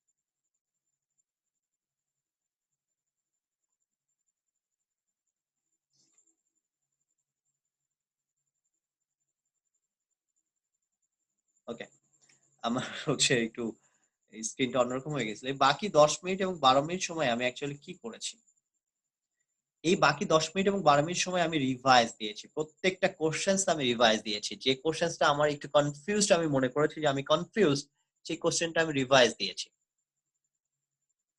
রিভাইজ দেওয়ার ফলে আমার কি হয়েছে, আমার যে সিলি মিস্টেক গুলো ছিল, টাইম প্রেসারের যে ছোট ছোট ভুলগুলো ছিল, সেগুলো কিন্তু আমি আইডেন্টিফাই করতে পেরেছি। সে কারণে আমার স্কোরটা কিন্তু যতটুকু পাওয়ার কথা ছিল তার চেয়ে কিন্তু বেড়েছে। তো আপনারা যারা একটু ভালো, ম্যাথে ভালো, তারা একটু চেষ্টা করবেন যদি শেষ করে রিভাইজ করা যায় সেটা খুবই ভালো। আর যারা হচ্ছে ম্যাথে অতটা ভালো না, তারা চিন্তা করবেন অ্যাটলিস্ট এই 35 মিনিটসে 20টা কোশ্চেন যেন আনসার করে আসতে পারি, এটা আপনাদের জন্য স্ট্র্যাটেজি। ওকে, কোয়ান্টের জন্য আমরা কি কি বই ফলো করব সেটা হচ্ছে আমাদের নেক্সট ইস্যু। কোয়ান্টের জন্য কি কি বই ফলো করতে পারি, কোয়ান্টের জন্য ইটিএস অফিসিয়াল গাইড, এটা আগেও দেখিয়েছিলাম, এখান থেকে আমরা যা কিছু আছে কোয়ান্টে সবকিছু দেখে নিব। বিগ বুক থেকে আমরা দেখব হচ্ছে ডেটা ইন্টারপ্রিটেশন। কোয়ান্টের জন্য ম্যাগুস থেকে কোয়ান্ট আমরা পড়তে পারি। ভার্বালের জন্য কিন্তু আমি ম্যাগুসটাকে ওভাবে রেকমেন্ড না করলেও ম্যাগুসের যে কোয়ান্টটা আছে সেই কোয়ান্টটা আমরা পড়তে পারি, কারণ ম্যাগুসের কোয়ান্ট গুলো হার্ড, স্ট্যান্ডার্ড না, বাট কোয়ান্ট গুলো হার্ড, মানে ইটিএস এর চেয়ে হার্ড। যদি হার্ড জিনিসটাকে আমরা দখলে নিয়ে আসতে পারি, তাহলে তো ডেফিনেটলি আমরা সহজ জিনিস পারবোই। সে কারণে ম্যাগুসের ম্যাথ গুলো আমরা দেখতে পারি। আমরা ম্যাথে এমনিতেই ভালো, ম্যানহাটন 5 পাউন্ড থেকে আমরা ম্যাথ দেখতে পারি। Manhattan 5 pound plus 126 5 LB, pound মানে এলবি দেয়া আছে 126। এখন যদিও বই দুটোর নাম চেঞ্জ হয়েছে, এটা হচ্ছে স্ট্র্যাটেজি, ম্যানহাটন ম্যাথ স্ট্র্যাটেজিস 126 এর নাম হয়ে গেছে ম্যানহাটন ম্যাথ স্ট্র্যাটেজিস। আর এটা মনে হয় প্র্যাকটিস কোশ্চেন বা প্র্যাকটিস প্রবলেমস এরকম একটা নাম দিয়েছে, নামটা একটু চেঞ্জ হয়েছে, বাট বইয়ের দোকানদার বা যে কাউকে বললে এটা চিনে যাবে, বুঝে যাবে। জিম্যাট অফিসিয়াল গাইড থেকে ওই যে ওয়ার্ড প্রবলেমের 230টা যে প্রবলেম আছে, সেই প্রবলেমটা জিম্যাট অফিসিয়াল গাইডে কোয়ান্ট নামের একটা চ্যাপ্টারই আছে, সেখানে 230টা ম্যাথস আছে, সেই ম্যাথস গুলো করে ফেলবেন। এবং সিমিলারলি ভার্বাল রিজনিং এর মতো কোয়ান্টিটেটিভ রিজনিং এর একটা বই আছে, সেই বইটাও আপনারা সলভ করবেন, সব ধরনের কোশ্চেন এখান থেকে সলভ করবেন। সাথে এখানে আমি আরেকটা বইয়ের কথা উল্লেখ করতে পারতাম, আচ্ছা ওইটা উল্লেখ করবো না, কারণ ওইখান থেকে টেস্টের যে কোশ্চেন গুলো আসে সেগুলো আসে, তো তাহলে ওই ম্যাটেরিয়ালসটা সলভ করলে টেস্ট দেওয়ার কোনো আর ভ্যালু থাকবে না। পাওয়ার প্রেপ 1 এবং পাওয়ার প্রেপ 2 এই টেস্ট দেওয়ার কোনো ভ্যালু থাকবে না, কারণ মোস্ট অফ দ্য কোশ্চেন আপনি কমন পাবেন। তাই ওই ম্যাটেরিয়ালসটা আমি আপনাদের সাথে শেয়ার এখন করবো না, বলবো না, ওটা ধাঁধা। কেউ যদি জানেন তাহলে আমাকে বা চ্যাট বক্সে হচ্ছে আপনি বলে দিতে পারেন।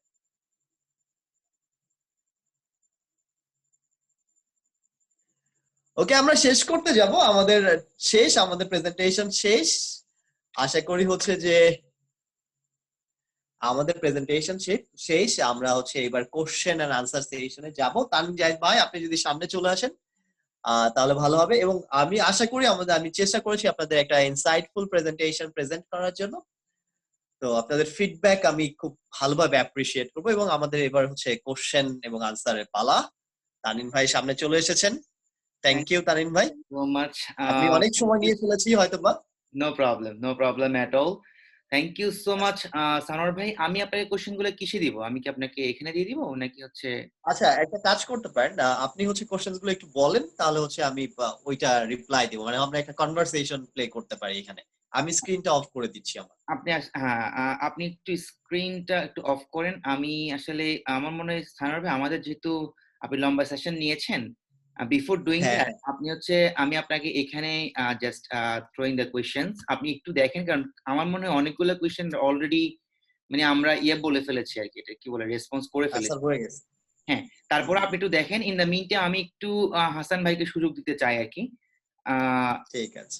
আমি আপনার কোশ্চেন গুলা সানোয়ার ভাই মেসেঞ্জারে দিয়ে দিচ্ছি, প্লিজ একটু চেক করুন, ওখানে বেটার হবে। একদম ক্যাটাগরি করে ওকে, থ্যাংক ইউ, আমি চেক করছি। আমি তাহলে ভিডিওটা অফ করে রাখছি। জি প্লিজ আপনি একটু thank you. Okay. So thank you everyone এতক্ষণ ধরে আমাদের সাথে থাকার জন্য এবং সানোয়ার ভাইয়ের আউটস্ট্যান্ডিং সেশনটি দেখার জন্য। আমি নিজেও অনেক কিছু মনে হচ্ছে নতুন করে জানলাম, যে মনে হচ্ছে আগে ভাগে মনে হয় সানোয়ার ভাইয়ের কোনো সেশন পেলে it would be great for me. So এখন হচ্ছে আমরা ইনভাইট করব অ্যাডজোনের CEO Hasan Al মাহমুদকে।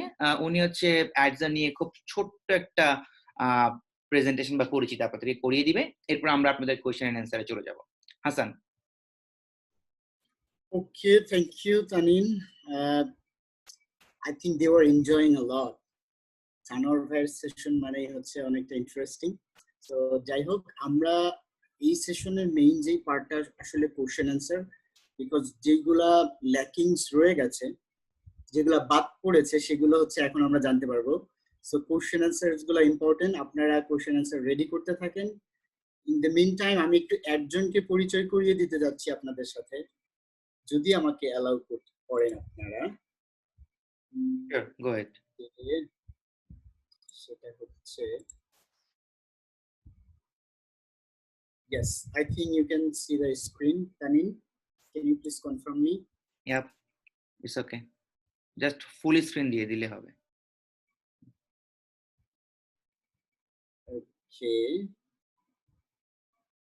it's about internet. Come on.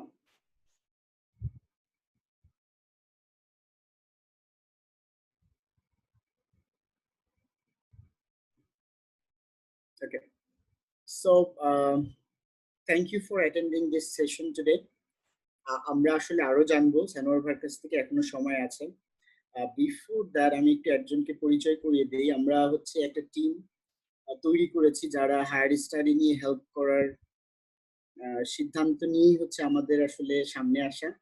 আমাদের মূল টিমটা আসলে কাজ করছে ইউএসএ থেকে, আমি বাংলাদেশ থেকে শুধু জয়েন করছি, আর সবাই যারা আমাদের সাথে কাজ করছেন সবাই ইউএসএ থেকে জয়েন করবেন। প্লাস আমরা কয়েকটা বিষয় নিয়ে এখানে কাজ করছি, যেমন আইএলটিএস, জিআরই, জিম্যাট বা ডক রিভিউ, যেগুলো হচ্ছে আপনাদের হায়ার স্টাডির জন্য কাজে লাগে, সেইগুলো নিয়ে আসলে আমরা কাজ করব। প্লাস আমরা এখানে আমরা যেভাবে আসলে পড়ানোর প্ল্যান করছি, যে খুব অল্প পরিসরে, বেশি স্টুডেন্ট থাকবে না, প্লাস এক্সট্রা যে ফ্যাসিলিটিসটা আমরা এখানে দিতে পারবো আর কি, যে আমাদের টিম ম্যানেজমেন্ট যেটা আর কি, একটা স্পেশাল টিম পাচ্ছেন যারা সবাই হায়ার স্টাডি করেছে নর্থ আমেরিকাতে। সো এটা একটা ইউনিক অপরচুনিটি সবার জন্য, যে আপনি কোর্স করার পাশাপাশি হায়ার স্টাডি কমপ্লিট একটা গাইডলাইন পাচ্ছেন এখানে। সো আমার মনে হয় এটা নিয়ে আরো ডিটেল আমাদের পেজে যদি আপনারা ভিজিট করেন আপনারা জানতে পারবেন। আজকে আমি আসলে বেশি সময় নিব না।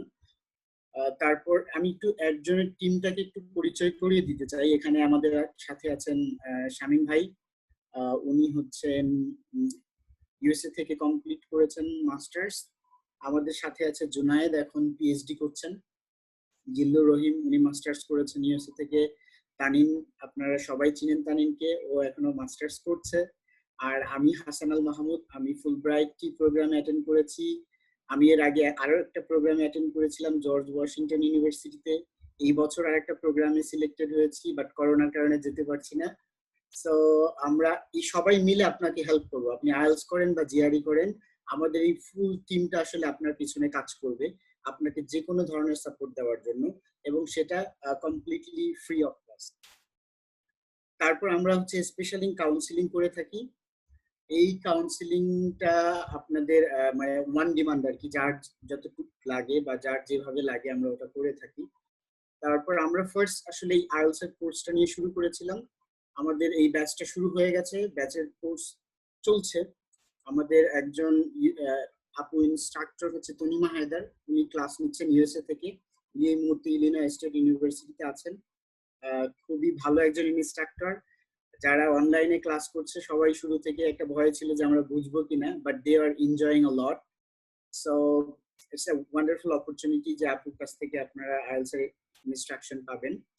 তারপর হচ্ছে এই যে আমাদের যেই ব্যাচটা আর কি এই মুহূর্তে চলছে দেখতে পাচ্ছেন, আমরা হচ্ছে গুগল ক্লাসরুম এবং জুমের সমন্বয়ে আমরা একটা অনলাইন প্ল্যাটফর্ম ক্রিয়েট করেছি, যেটার মাধ্যমে আপনাদেরকে আসলে খুবই কমফোর্টেবলি শেখানোর চেষ্টা করছি। এটা হচ্ছে গুগল ক্লাসরুম। যারা আসলে গুগল ক্লাসরুম সম্পর্কে আইডিয়া নেই, আমাদের টিম হয়তো হেল্প করবে যদি আপনারা কোর্সে এনরোল করেন। প্লাস এখন আমাদের একটা ব্যাচ শুরু হচ্ছে, সেটা হচ্ছে অক্টোবরের 20 তারিখ থেকে। এটা রেজিস্ট্রেশন শুরু হয়ে গেছে, অক্টোবরের 13 তারিখ পর্যন্ত আপনারা রেজিস্ট্রেশন করতে পারবেন। এবার যিনি কোর্সটা নিচ্ছেন, he is one of the best IELTS instructor in Bangladesh because he got 9 out of 9. So আপনি যারাই আসলে IELTS এ ভালো কিছু করতে যাচ্ছেন, he can be the best solution for you. তারপর হচ্ছে অফকোর্স জিআরই, আমাদের সানোয়ার ভাই আমাদের সাথে আছেন জিআরই সবকিছু নিয়ে। আমরা যেই কোর্সটা আসলে আগামীকাল থেকে শুরু হচ্ছে, ওখানে 30টা ক্লাস থাকছে, ভার্বালে 14টা, কোয়ান্টে 14টা, প্লাস রাইটিং এ 2টা। তো সব মিলিয়ে একটা দারুণ প্যাকেজ আমরা এখানে ক্রিয়েট করেছি। সো আপনারা যদি আমাদের কোর্স এনরোল করতে চান, আমার মনে হয় এখন একটা সুযোগ আছে। যেমন সানোয়ার ভাইকে তো চিনেনি, এতক্ষণ কথা বললো, আরো কথা বলবেন, সময় এখনো আছে। তারপর হ্যাঁ, যারা অলরেডি এখানে আসলে রেজিস্ট্রেশন করেছেন, কালকে থেকে যেই কোর্সটা শুরু হচ্ছে, দেখতে পাচ্ছেন এখানে বিভিন্ন ক্যাটাগরির স্টুডেন্ট আমরা এখানে পাচ্ছি। তো কালকে যদি আপনারা শুরু করতে চান, এখনো কয়েকটা সিট খালি আছে, you can start, still there is an opportunity. আমরা হয়তো বা আপনারা যদি কালকে শুরু করতে চান, আমরা হয়তো বা আপনাদেরকে একটা ডিসকাউন্টও দিতে পারি। তানিন, তুমি কি এই ব্যাপারে কিছু বলবা? হ্যাঁ, কিভাবে? ভালো ভালো ডিসকাউন্ট আমরা দিব, আমি বলবো একটু পরে, তুমি শেষ। ওকে। তারপর হচ্ছে আমরা আরো যেটা নিয়ে কাজ করছি হচ্ছে ইংলিশ ফর ফ্রিল্যান্সার। মানে এটা একটা কোর্স, যারা ফ্রিল্যান্সিং শিখতে চায় বা ফ্রিল্যান্সিং করছেন তাদেরকে, তাদের হয়তো বেসিক ইংলিশটা দরকার হয়। কিভাবে কতটুকু ইংলিশ জানলে আসলে ফ্রিল্যান্সিং করতে পারবে, সেটা নিয়েও আমরা একটা কোর্স এনরোল করতে চাচ্ছি, মানে শুরু করতে চাচ্ছি খুব শীঘ্রই। তারপর স্পোকেন ইংলিশটা নেক্সট উইক থেকে ইনশাআল্লাহ স্টার্ট করব, প্ল্যান চলছে। এটাই তো। আর আমাদের কাছ থেকে যদি কোনো হেল্প ডাইরেক্ট নিতে চান, এখানে তানিম জায়েদের পেজ আছে, সবাই ওকে চিনেন। ওর পেজে বা আমাদের একজনের পেজে যদি মেসেজ করেন, আমরা যে কোনো বিষয়ে আপনাদেরকে হেল্প করবো, whatever it is, IELTS, GRE, higher studies, যে কোনো বিষয় নিয়ে। তারপরে আমাদের একজনের কিছু নাম্বার আছে এখানে, কন্ট্যাক্ট নাম্বার, আপনারা লিখে নিতে পারেন অথবা আমাদেরকে ইমেইল করতে পারেন। আপনাদের জন্য আমরা আসলে রেডি। আমরা হায়ার স্টাডিজে যারা যে অ্যাসপাইরেন্টসরা আছে বাংলাদেশে আমরা সবাইকে হেল্প করার জন্য খুবই enthusiastic. So welcome to Adzone. Tanin. Thank you so much Mahmud. প্রথম কথা হচ্ছে অ্যাডজোন আসলে যে কোর্স গুলো অফার করছে বা সার্ভিস গুলো দিচ্ছে এগুলো শুধুমাত্র জিআরই দিচ্ছে, তার মানে জিআরই না, বা যারা আইএলটিএস করছেন শুধুমাত্র আইএলটিএস না, রাদার আমরা চেষ্টা করছি আপনাকে ফুল ফান্ডেড স্কলারশিপের জন্য রেডি করে দিতে। এটা একদম ফাও সার্ভিস বা ফ্রি সার্ভিস বলতে পারেন, যেটা মানুষজন কনসালটেন্সি ফার্মে গিয়ে হাজার হাজার টাকা খরচ করে ইনফরমেশন গুলো নেই। সো এই জায়গায় আমরা এই জিনিসগুলো একটা টিমের মাধ্যমে ফ্রি দিচ্ছি, কারণ আমরা সবাই এখানে পড়াশোনা করছি। সো আমাদের টার্গেটটা হচ্ছে অনেক বেশি বেশি স্টুডেন্ট পড়াশোনা করতে বাইরে আসুক। যারা আমার লাইভ গুলো দেখেছেন বা সেশন গুলো দেখেছেন তারা জানেন যে আসলে এটাই আমাদের টার্গেট, ইনফরমেশন ফ্লোটা অনেক বেশি হোক। সো এর জন্য ইউনিটনেসটা হচ্ছে এটাই যে আপনি এখানে বাকি সবগুলো সার্ভিস মানে ফ্রি অফ কস্ট পাবেন, যেগুলো আপনি অন্য জায়গাতে পাবেন না। সো আমাদের যে দুটা কোর্স, এখন একটা জিআরই কোর্স আমরা শুরু করছি এবং আইএলটিএস কোর্স সামনে আসছে। আজকে যারা পার্টিসিপেট করেছেন তাই পার্টিসিপেন্টের জন্য আমাদের একটা ডিসকাউন্ট আছে, এবং সেটা হচ্ছে জিআরই যারা করতে চান তাদের আমাদের মূল ফি ছিল 13,000 থেকে আমরা এটাকে 10,000 এ করেছিলাম করোনার জন্য, যেহেতু এটা অনেক বেশি করোনাতে আমরা ইম্প্যাক্টেড। কিন্তু আমরা হচ্ছে আজকে যারা অ্যাটেন্ড করেছেন তাদের জন্য আমরা এটা 8,500 ফ্ল্যাট রেট করতে চাই, এবং আপনারা as soon as possible registration করতে হবে এই ব্যাচ যদি আপনারা ধরতে চান।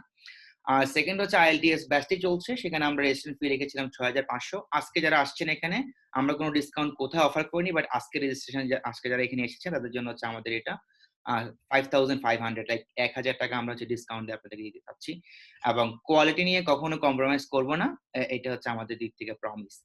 সো এখন হচ্ছে আমি কোশ্চেন অ্যান্সারে চলে যাব। Mahmud, thank you so much. আর আমি হচ্ছে এখন রিকোয়েস্ট করবো আবার আমাদের সানোয়ার ভাইকে। সানোয়ার ভাই, আপনাকে আমি কোশ্চেন গুলো পাঠিয়েছি, আপনি যদি একটু যেগুলো এখনো রেসপন্স করা হয়নি সেগুলো একটু কাইন্ডলি রেসপন্স করে দেন। সানোয়ার ভাই। থ্যাংক ইউ তারিন ভাই, থ্যাংক ইউ ভেরি মাচ। আমি আবারও চলে আসলাম আমাকে আবারও ফ্লোর দেওয়ার জন্য, থ্যাঙ্কস। আমি হচ্ছে কোশ্চেন্স গুলো দেখছিলাম, এর মধ্যে তানিম ভাই খুব সুন্দর একটা কাজ করেছেন। উনি ভার্বাল কোশ্চেন্স, কোয়ান্ট কোশ্চেন্স এবং অ্যানালিটিক্যাল রাইটিং কোশ্চেন্স গুলো আলাদা আলাদা করে আমাকে অনেক সুন্দর করে গুছিয়ে একটা জিনিস দিয়েছেন, এই জন্য থ্যাঙ্কস ভাই। খুব সুন্দর লাগলো ব্যাপারটা। তো আমি কোশ্চেন গুলো খুব শর্টে হচ্ছে আমি কোশ্চেন গুলো আনসার করার চেষ্টা করবো, খুব শর্টে, সময় খুব বেশি নিব না। দেখেন এখানে হচ্ছে প্রথম কোশ্চেনটা ছিল যে সাবটাইটেল সহ মুভি দেখলে কি রিডিং স্কিলটা বাড়বে? ডেফিনেটলি না। আপনি যদি সাবটাইটেল সহ মুভি দেখেন তাহলে আপনার রিডিং স্কিল বাড়বে না, বাট আরেকটা জায়গায় আপনার উপকার হতে পারে, আপনার লিসেনিং স্কিল প্লাস আপনার স্পিকিং স্কিলটা ডেভেলপ হবে, যেটা টোয়েফল আর আইএলটিএস এর জন্য কাজে লাগবে। তারপরে আমি মনে করি আরেকটা কিছু কোশ্চেন হচ্ছে যে how to solve reading comprehension from GRE big book. এই একটা কোশ্চেন ছিল যে জিআরই বিগ বুকের রিডিং কম্প্রিহেনশন সলভ আমরা কিভাবে করতে পারি, কারণ জিআরই বিগ বুকের সো ফার কোনো ভালো সলিউশন আজ পর্যন্ত আমি দেখতে পাইনি। সবাই যে সলিউশন গুলো প্রোভাইড করে, বাংলাদেশের সলিউশন বই পাওয়া যায় বাট সেটা স্ট্যান্ডার্ড না। একটু চেষ্টা করবেন যে জিআরই বিগ বুক সলিউশন করার সময় গুগলে সার্চ করার জন্য, গুগলে সার্চ করলে দেখবেন কিছু সলিউশন আপনি পেয়ে যাচ্ছেন, সেখান থেকে আপনি চেষ্টা করবেন। আর আপনি নিজেই না একটু চেষ্টা করেন, নিজে একটু চেষ্টা করলে দেখবেন সেখানে তো আনসার দেয়াই আছে, আনসার গুলো চেক করেন যে এটা হলো কি হলো না এই আনসারটা, তাহলে তো অনেকটা আইডিয়া হয়ে যাবে। বাট কোশ্চেনস গুলো কিন্তু স্ট্যান্ডার্ড, সমস্যা হচ্ছে এগুলোর এক্সপ্লানেশন নেই জিআরই বিগ বুকের। থার্ড কোশ্চেন যদি আমি দেখি সেটা হচ্ছে যে একজন বলেছেন 137 থেকে 150 পর্যন্ত কিভাবে স্কোর ইমপ্রুভ করা যায়। এটা অনেক বড় একটা ব্যাপার, অনেক বড় একটা অ্যাচিভমেন্ট, মানে বড় একটা কাজ আপনাকে করতে হবে। এটা হঠাৎ করেই হবে না, আপনাকে আজকে যে স্ট্র্যাটেজি গুলো বলেছি সেই স্ট্র্যাটেজি গুলো ফলো করবেন, এবং স্পেশালি আপনার জন্য আমি যদি একটা কথা বলি, আপনি রিডিং কম্প্রিহেনশনে জোর দেন, টেক্সট কম্প্রিহেনশন এবং সেন্টেন্স ইকুইভ্যালেন্স কে অতটুকু জোর না দিয়ে আশা করা যায় আপনার স্কোর 137 থেকে 150 তে ইমপ্রুভ হবে। আচ্ছা, আমি কোয়ান্ট নিয়ে কিছু কোশ্চেন নিয়ে আলোচনা করতে চাই। কোয়ান্ট হচ্ছে যে how can I solve GRE questions,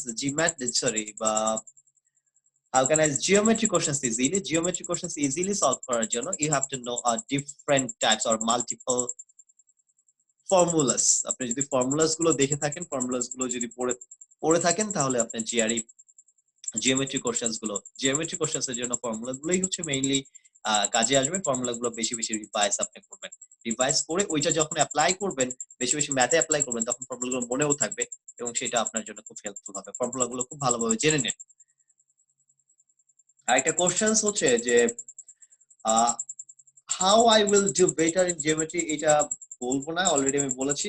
what's the strategy to prepare GRE quant for those who don't have good basic in math? তো আপনার ম্যাথে বেসিকটা নেই, যদি আপনি ম্যাথে বেসিকটা ওরকম ভালো না হয়, সেক্ষেত্রে আপনার বেসিকটা ফার্স্ট আপনাকে ডেভেলপ করতে হবে। বেসিকটা ডেভেলপ করার জন্য আপনি প্রথমে একটা বই সিলেক্ট করতে পারেন, যে বইটা হচ্ছে ম্যানহাটন স্ট্র্যাটেজিস অর ম্যানহাটন 126 নামে একটা বই আছে, যেখানে আপনার বেসিক ডেভেলপ করার জন্য ওরা উইক স্টুডেন্টদের জন্য সেই বইটা দিয়েছে। আপনি ওই বইটা থেকে শুরু করতে পারেন, ওই বইটাতে বেসিক আছে। আর আরেকটা অফার তো থাকবে, আপনি আমাদের সাথে শুরু করতে পারেন, আমরা আপনাদেরকে হেল্প করতে পারি। আরেকটা কোশ্চেন ছিল, what have to be done to score 170 out of 170 in quant section? That's the interesting questions. I like that guy যে এই কোশ্চেনটা করেছে। আমি জানি না কোশ্চেনটা কে করেছে। 170 to 170 পাওয়ার টার্গেট যে করেছে, কোয়ান্টে 170 to 170 পাওয়ার টার্গেট করাটা খুব বেশি যে হাই অ্যাম্বিশিয়াস বলবো সেটা না। কোয়ান্টে 170 to 170 পাওয়াটা খুব বেশি কঠিন বিষয় হবে না। কোয়ান্টে 170 to 170 পাওয়ার জন্য যে 170 to 170 পেতে চায়, আমি ধরে নিলাম তার বেসিকটা ভালো, সে ম্যাথস পারে, কিন্তু সমস্যা হবে সে ম্যাথস গুলো স্ট্র্যাটেজিক্যালি সলভ না করে, টাইমলি সলভ না করে, টাইম প্রেসারে কিছু কিছু সিলি মিস্টেকস করবেন। সিলি মিস্টেক গুলো টাইম প্রেসারে করে থাকবেন। তো আপনার কাজ হবে হচ্ছে ওই যে আমি আপনাকে বলেছিলাম একটু আগে শেষ করা। কোয়ান্টের দুটো সেকশন যদি টাইমের একটু আগে শেষ করা যায়, 5 থেকে 10 মিনিট আগে যদি শেষ করা যায়, তখন আপনি রিভাইজ দিলে তখন ওই সেকশন গুলো, ওই যে সিলি মিস্টেক গুলো হতো, সেই সিলি মিস্টেক গুলো আপনার হবে না। আশা করি তখন আপনি হচ্ছে 170 তে 170 পাবেন। 170 তে 170 যারা পেতে চায়, তাদের সিলি মিস্টেকের কারণেই আসলে 170 তে 170 হয় না। Thank you. নেক্সট কোশ্চেন যদি আমি যাই, তাহলে হচ্ছে একজন বলেছেন পারমিউটেশন কম্বিনেশন হার্ড মনে হয় কেন? পারমিউটেশন কম্বিনেশন হার্ড মনে হয় এই কারণেই, পারমিউটেশন কম্বিনেশন গুলো অ্যাকচুয়ালি এটার সবসময় আমরা ম্যাথ গুলো কনফিউজড থাকি। একবার যদি কেউ আপনাকে ম্যাথটা ধরিয়ে দেয়, তখন কিন্তু আপনার কঠিন মনে হবে না, বাট এটা কনফিউজিং একটা জিনিস, যেটা পারমিউটেশন হবে নাকি এইটা কম্বিনেশন হবে, এই ম্যাথটা পারমিউটেশন নাকি এই ম্যাথটা কম্বিনেশন, আমি যে ওয়েতে করলাম সেই ওয়েটা ঠিক আছে কিনা। এই যে আমাদের যে কনফিউশন গুলো হয়, এই কনফিউশন গুলো কেউ দূর করতে পারে না। আর আমাদের বেসিক ছোটবেলা থেকেই আমাদের পারমিউটেশন কম্বিনেশন একটা ভয় ধরিয়ে দেওয়া হয়েছে, ওই সময়ই আমরা পারমিউটেশন কম্বিনেশন একটু কম পারতাম। তো আপনি যদি পারমিউটেশন কম্বিনেশনের যদি আগে বেসিকটা ক্লিয়ার করেন, যে মোস্ট কথা হচ্ছে যে মানে মোস্ট ইম্পর্টেন্ট কথা হচ্ছে যে কোনটা পারমিউটেশন এবং কোন ঘটনাটা কম্বিনেশন, এটা যদি আপনি জানেন, তখন আপনার কাছে পারমিউটেশন কম্বিনেশন বা প্রবাবিলিটি কঠিন মনে হবে না। আগে চেষ্টা করেন দুইটা জিনিসের মধ্যে ডিফারেন্সিয়েট করার জন্য, এই বেসিকটা জানেন, তাহলে ইনশাআল্লাহ এটা ভালো হবে। নেক্সট আরেকটা কোশ্চেন হচ্ছে যে প্রবাবিলিটি পারমিউটেশন কম্বিনেশনের জন্য এইচএসসি এর বইটা সলভ করলে কি হবে? এইচএসসি এর বইটা যদি সলভ করতে চান, সেটা আপনি সলভ করতে পারেন, বাট সেখান থেকে উপকার পাবেন, এইটা ডেফিনেটলি। বাট এর জন্য পারমিউটেশন কম্বিনেশনের জন্য জিআরই এর অলরেডি অনেকগুলো বই আছে, সেগুলো করাটাই মনে হয় বেটার। আপনি ওইটা করলে উপকার পাবেন, বাট জিআরই বইগুলো করাটাই হচ্ছে বেশি শ্রেয়। এবার ডেটা ইন্টারপ্রিটেশনের জন্য কোন বুক ফলো করবো সেটা আমি অলরেডি বলেছি। ভোকাবুলারি নিয়ে যে কোশ্চেন আছে, একটা ওয়ার্ডের ওয়ান মিনিং থাকে, কিভাবে পড়তে হবে, একটা ওয়ার্ডের ওয়ান মিনিং থাকে। অ্যাকচুয়ালি এই কথাটা হচ্ছে একটু ভুলভাবে বলা।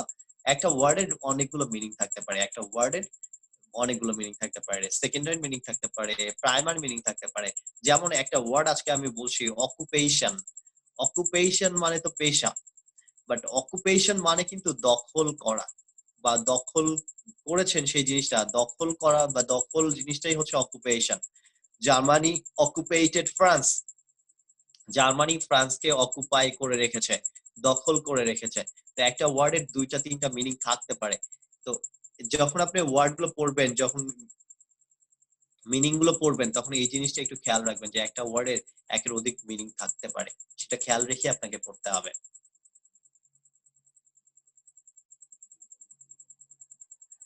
ওকে, এবার জেনারেল কিছু কোশ্চেন্স আমরা পড়ে থাকি। জেনারেল কিছু কোশ্চেন্স যে where can I get GRE resources online? GRE resources online যদি আপনারা পাইতে চান, আমি আপনাদের ফ্রি প্রোভাইড করতে পারবো। আমার একটা ড্রাইভ লিংক আছে, সেখানে আপনি আমাকে জাস্ট একটা ইমেইল করতে পারেন, অথবা আমাকে জাস্ট ফেসবুকে একটা মেসেজ দিতে পারেন, আমি আপনাকে জাস্ট কপি করে পেস্ট করে দিব। আমি জানি এর জন্য হয়তো বা এরকম কিছু ফ্রি রিসোর্স আছে, আপনি এর জন্যও রিচ আউট করতে পারেন, সেই জন্য তানিম জায়েদ ভাই আছেন। আর এর জন্য আপনি ইমেইল করতে পারেন, এর জন্য ইমেইল অলরেডি আপনি কিন্তু জানেন, সেখানে দিতে পারেন, অথবা আমাকে ফেসবুকে আপনি মেসেজ করতে পারেন। আমার নাম হচ্ছে সানোয়ার হোসেন শামীম। ওকে, তারপরে হচ্ছে যে সেকেন্ড ইয়ার স্টুডেন্ট, আপনি হচ্ছে সেকেন্ড ইয়ার স্টুডেন্ট, তাহলে হচ্ছে when should I start GRE preparation? My start preparation, ভাই আপনি হচ্ছে আমার বন্ধু, কারণ আমি আমার GRE প্রিপারেশন কিন্তু আমি সেকেন্ড ইয়ার থেকে শুরু করেছিলাম। সেকেন্ড ইয়ার থেকে GRE প্রিপারেশন শুরু করেছিলাম এবং পরীক্ষাটা দিয়েছি একদম পাস করে বের হওয়ার 2-3 মাস পরে। এই কারণে আপনি এখন থেকেই শুরু করে দিতে পারেন। লেন্দি প্রিপারেশন হলেও আপনার বেসিকটা অনেক বেশি ইমপ্রুভ হবে, আপনি সবকিছু জানবেন, এখন থেকে শুরু করে দেন।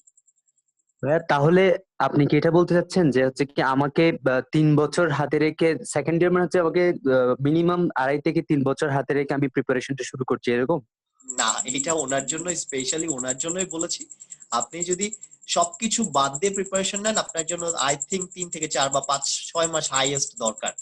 এটা হচ্ছে স্ট্যান্ডার্ড টাইম, 3 থেকে 5 মাস, এটা হচ্ছে স্ট্যান্ডার্ড টাইম। বাট ভাইয়া যিনি সেকেন্ড ইয়ারে আছেন, উনি যদি এখন থেকে প্রিপারেশনটা শুরু করেন, ওনার বেসিকটা অনেক ভালো হবে, যেটা আমি করেছিলাম। বাট স্ট্যান্ডার্ড টাইম হচ্ছে 3 থেকে 5 মাস, আর উনি সেটা করতে পারেন। ওকে, তারপরে আরেকটা কোশ্চেন হচ্ছে which one would you suggest, GRE or GMAT for a student business background? Business ব্যাকগ্রাউন্ডের জন্য আপনি কোনটা সাজেস্ট করবেন? আপনি দুটোই করতে পারেন, জিম্যাটও করতে পারেন, GREও করতে পারেন। বাট এখন যে প্রোগ্রামগুলোর কথা বলছি, যে বিজনেসের প্রোগ্রামগুলো কিন্তু বোথ GRE এবং GMAT অ্যাকসেপ্ট করে। স্পেশালি যদি আপনি যে বিজনেস প্রোগ্রামের কোনো কিছুতে যদি মাস্টার্স বা পিএইচডি করতে চান, তাহলে GRE তো মাস্ট, GRE তারা অ্যাকসেপ্ট করবে, কখনো সমস্যা করবে না। তো আপনি এই ক্ষেত্রে আমার সাজেশন হচ্ছে যে আপনি যেটা করবেন সেটা হচ্ছে যে আপনি নিজে আগে দেখবেন, GRE একটা মডেল টেস্ট দিবেন, GMAT এর একটা মডেল টেস্ট দিবেন, যেটা আপনার কাছে ইজি মনে হবে আপনি সেটা চুজ করবেন। নিবে, তারা অ্যাকসেপ্ট করবে কিনা সেটা সবাই জানেন। Thank you. আর শেষ কোশ্চেন, আমি এরপরে আর কোনো কোশ্চেনের আনসার দিব না। একজন বলেছেন শুধু GRE দিয়ে বিদেশে উচ্চশিক্ষার জন্য যাওয়া যাবে? শুধু GRE দিয়ে, এই কোশ্চেনটা ইম্পর্টেন্ট, যেটা হচ্ছে গাইডলাইন বলতে পারি, শুধু GRE দিয়ে বিদেশে উচ্চশিক্ষার জন্য যাওয়া যাবে না। কারণ বিদেশে উচ্চশিক্ষা, স্পেশালি নর্থ আমেরিকার উচ্চশিক্ষার কথা আমি যদি বলি, সেখানে যাওয়ার জন্য কয়েকটা জিনিস লাগে, সেটা আমার মনে হয় তানিম ভাই খুব ভালোভাবে বলতে পারবেন। আমি আপনাকে একটু ফ্লোর দিচ্ছি যে বিদেশে উচ্চশিক্ষা করার জন্য কি কি জিনিস লাগে, সেটা নিয়ে যদি আপনি একটু ডিটেইলস বলতেন। ধন্যবাদ সানোর ভাই। আমার মনে হয় আমরা কোশ্চেন অ্যান্সার শেষ করে ফেলেছি অলমোস্ট। আর হ্যাঁ, আপনারা যারা কোশ্চেন করেছেন তারা কোশ্চেন করতে থাকুন, ইমেল করতে পারেন, টেক্সট করতে পারেন, উই আর ওপেন অলওয়েজ। এবং যেটা বলেছি, যদি আমাদের এই কোর্সে রেজিস্ট্রেশন করেন, ডেফিনেটলি আপনাদেরকে এই সব ইনফরমেশন গুলো আমরা ফ্রি অফ কস্ট দিচ্ছি through a like strong team.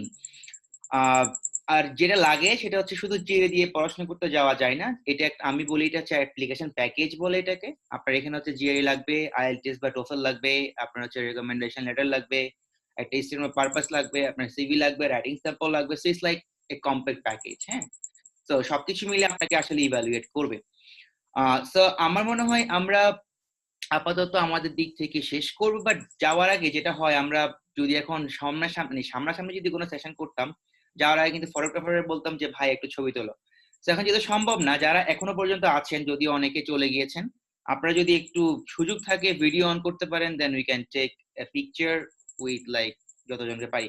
So guys, like let's like open the ভিডিওটা অন করেন। সারাদিন তো কাউকে দেখতে পাইনি, সো আই থিঙ্ক এবার একটু দেখি আর কি। সানোয়ার ভাই, আপনাকে হচ্ছে আমাদের দিকে তাকাতে হবে সুন্দর করে, কারণ আপনি তো হচ্ছেন দ্য কি পারসন হিয়ার, রাইট?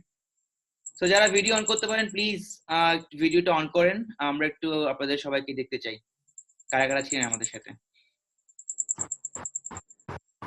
আমি একটু দেখি। হ্যাঁ হ্যাঁ হ্যাঁ, আচ্ছা, একটা সাউন্ড পাচ্ছি। আচ্ছা, আপনারা মিউট থেকে শুধু ভিডিওটা অন করেন, হ্যাঁ হ্যাঁ হ্যাঁ, সাউন্ড অন করা দরকার নেই। সাউন্ড অন করার দরকার নেই, জাস্ট ভিডিও অন করলে হবে। ও, গুড ফেসেস। আচ্ছা, অন্য কেউ চাইলেও জুনাইদ মাহমুদ, আমি আসলে এখানে একটা অপশন আছে শুধু ভিডিও ফেস গুলো দেখা যায়, সেটা আমি আনতে যাচ্ছি, but I can get it. So কেউ যদি এটা পাই, just take the picture please. তোমাকে গ্রিড ভিউটা দিতে হবে, then you will get everyone. Read view. Oh, okay, it's like a speaker view maybe, right?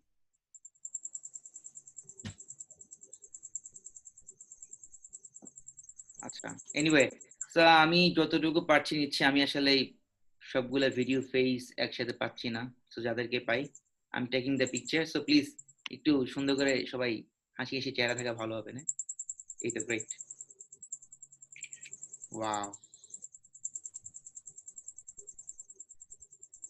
আচ্ছা, বেশি মানুষজন অবশ্য অনও করে নাই, কারণ আমি দেখতে পাচ্ছি সবাই মোটামুটি আমাদের একটা পেজে হয়ে গেল আর কি। Anyway, so thank you so much everyone for joining us.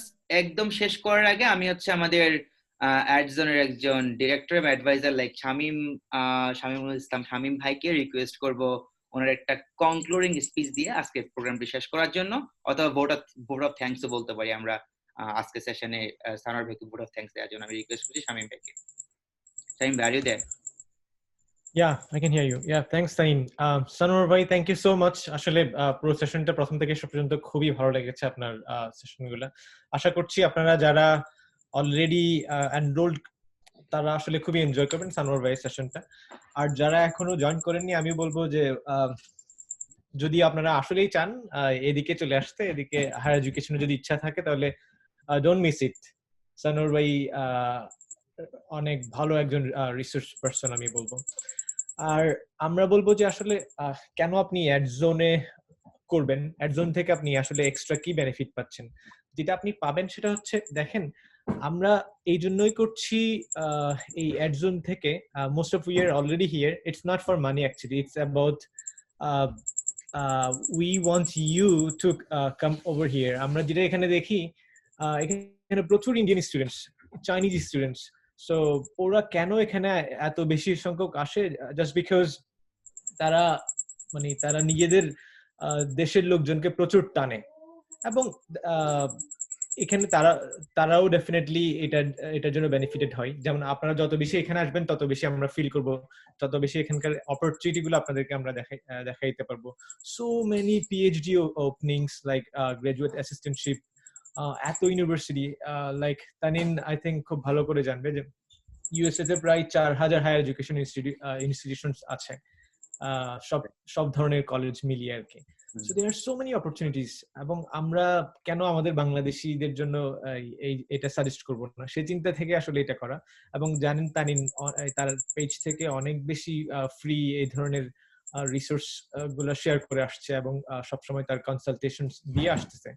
So আমরা এখানে খুব আরো ভালো রিসোর্স পারসন লাইক সানোর ভাইদেরকে এই জন্য নিয়ে আসছি, যাতে আপনারা এই রিসোর্স গুলো অ্যাভেল করে এই অপরচুনিটি গুলো নিতে পারেন। সো ইউএসএ কে বলা হয় যে land of opportunities. Actually there are like so many opportunities. আপনি যেদিকে যেতে চান, আপনি যদি লাইক স্টেম প্রোগ্রামে যেতে চান, নন স্টেম প্রোগ্রামে যেতে চান, আপনার জন্য এখানে এটা আছে। আমরা বলবো হ্যাভ দিস অপরচুনিটি। এবং আরো সবচেয়ে ভালো দিক হচ্ছে আপনি বাসায় বসে করতে পারছেন। আপনি বাংলাদেশের যে কোনো প্রান্ত থেকেই করতে পারছেন। আপনি I don't know how many of you are from like what places. Definitely আমরা বলবো যে আপনারা সবাই ঢাকা থেকে নয়, আপনারা definitely like there so many of you like out of Dhaka. আগে যেটা হতো, সবাই আমরা জিআরই এবং আইএলটিএস বললে শুধুমাত্র ঢাকা সেন্ট্রিক চিন্তা করতে হইতো আমাদেরকে, কিংবা ভালো রিসোর্স পেতে হলে আগে ঢাকায় এসে অ্যাভেল করতে হইতো। So this is like we are breaking that actually. আপনি বাংলাদেশে বসে আগে আসলে ইউএসএ তে কারা গিয়েছে, কারা অলরেডি লাইক পিএইচডি করছে, ভালো মাস্টার্স প্রোগ্রামে জয়েন করছে, আমরা তাদেরকে দেখতেও পেতাম না। So this is a great opportunity. আপনি আসলে লেটস সে আপনি বগুড়ায় বসে, কিংবা রাজশাহীতে বসে, কিংবা কক্সবাজারে বসে আপনি তাদের সাথে কথা বলতে পারছেন, দেখতে পারছেন। So why not? এখানে আসলে মানিটা সেদিক থেকে খুব বেশি কিছু না, যেটা আপনাকে আপনার লক্ষ্যে নিয়ে যাওয়ার জন্য সবচেয়ে বেশি দরকার হচ্ছে আপনার রিসোর্স কনসালটেশন, যেটা অ্যাডজন দিচ্ছে। সো আমরা আশা করব আপনারা অনেকে আমাদের এই কোর্সে জয়েন করবেন। And thank you everyone for joining from different places. Thank you, Sanor Bhai, again. Thanks, Tanina. I can hand it over to you. Exactly. Thank you so much, Shamim bhai. Shamim bhai is like the most senior person যে আমরা যারা এখানে আছি। শামীম ভাই আমাদেরও mentor, and Shamim ভাই এখন খুব ভালো একটি জব করছে এখানে পড়াশোনা শেষ করে। সো উনি আমাদের সব দিক থেকে আসলে গাইড করে। সো আপনাদের সবাইকে আসলে ধন্যবাদ, অসংখ্য ধন্যবাদ সানোয়ার ভাইকে। It's like Assam session. আমি মনে করি যদি আমি আন্ডারগ্রেডে থাকতে এভাবে কিছু পেতাম, কারো হেল্প পেতাম, আমি হয়তোবা আরো ভালো জিএস স্কোর নিয়ে এখন ওহাইওতে না এসে হয়তোবা হার্ভার্ড এমআইটি থাকতে পারতাম, I don't know. So anyway guideline একটা ইম্পর্টেন্ট ব্যাপার এবং এভাবে হেল্প করাটা একটা অনেক জরুরি ব্যাপার। Thank you so much, thank you everyone. আপনারা যারা এখানে আছেন এখনো পর্যন্ত আপনারা আমাদেরকে ফিডব্যাক জানাতে পারেন চ্যাট বক্সে, কেমন লাগলো, অনেকে জানিয়েছেন, ধন্যবাদ আপনাদেরকে। আপনারা জানাতে পারেন কেমন লাগলো, এবং উই আর অলওয়েজ ওপেন। আমি ইমেল দিয়ে দিয়েছি এখানে, আমাদের দুইটা কোর্সের ডেসক্রিপশন দিয়ে দিয়েছি, এবং এছাড়াও ইটস নট লাইক যে আপনারা কোর্সে এনরোল না করলে আপনারা কোনো হেল্প পাবেন না। Feel free to knock us any time. আমাদের যে কোনো পেজ আপনারা নক করবেন, আমি পার্সোনালি বলতে পারি যে আমি আমার পেজ থেকে like I helped almost like 10,000 people শুধুমাত্র চ্যাটের থ্রুতে, এন্ড দেন বাকি তো আছেই। So then we are trying, just আমাদের সবার ব্যস্ত শিডিউল আছে, but we are trying. So আমি রিকোয়েস্ট করবো প্লিজ রিচ আউট করেন আমাদের কাছে। আমরা হচ্ছে চেষ্টা করবো আপনাদেরকে গাইড করার। আপনারা আমরা চাই অনেক আমরা এখানে আসলে ইন্ডিয়ান পাই, চাইনিজ পাই, যেটা শামীম ভাই বললো, কিন্তু বাংলাদেশি পাই না। কিন্তু বাংলাদেশি আমরা কিন্তু আসলে কারো চেয়ে কোনো অংশে পিছিয়ে নেই, বা আমাদের মেরিট বলেন বা যাই বলেন কোনো কিছু কিন্তু কম না, বাট আমাদের আসলে ইনফরমেশনের অভাব, সাহসের অভাব, আমরা ভয় পাই আর কি। বিশেষ করে নর্থ আমেরিকাতে আসতে ভয় পাই। ভাই এখানে আসেন, অনেক ইউনিভার্সিটি আছে, ফান্ডিং আছে, just you need to find out, okay, যেটা আপনার দরকার। সো এটা বলে আজকে শেষ করছি। আমরা 10টায় শেষ করার কথা ছিল, ইটস লাইক 10:29। সো 29 মিনিটস আমাদের বেশি লেগেছে। আমাদের দিক থেকে আমি বলবো আসলে আমরা দুঃখিত। অন টাইম শেষ করাটা সবকিছু জরুরি, বাট আপনাদের কোয়েশ্চেন নেওয়া থেকে শুরু করে বা সব পুরোটা কভার করতে একটু দেরি হয়ে গেল। তো আমরা এরকম সেশন আরো করব, আমরা বিভিন্ন কিছু নিয়ে সেশন করব। আপনারা আশা করি আমাদের পেজগুলোর সাথে থাকলে আপনারা জেনে যাবেন। এবং সানোয়ার ভাই অনেক জেনারেস মানুষ, উনি বললো যে আমি নর্মালি মানুষজন বলেন আর কি যে ওনার ফেসবুক আইডি কি, সানোয়ার ভাই বলে দিয়েছে ওনার ফেসবুক আইডি কি, ওনাকে রিচ করতে বলেছে, ওনাকে ইমেল করলে উনি বলেছে ফুল ডকুমেন্টস আপনাদেরকে দিয়ে দিবে, উনি ভিডিও বানাচ্ছে। So I really appreciate that, কারণ আমরা যখন প্রিভিলেজড হই তখন আমরা চাই আসলে অন্যরাও সেই প্রিভিলেজটা পাক। আর কোনো কথা বলবো না। We are always here for you guys. Thank you so much for joining, এবং ইনশাআল্লাহ আবারও কোনো একটা প্রোগ্রামে দেখা হবে। এবং আপনারা যদি কোনো প্রোগ্রামে এনরোল করতে চান, feel free to like email us or knock us. Thank you so much, এবং অফার কিন্তু ভ্যালিড আছে। সো শেষ করছি আজকের মতো। আবার ধন্যবাদ সানোয়ার ভাইকে এবং সবাইকে। আল্লাহ হাফেজ।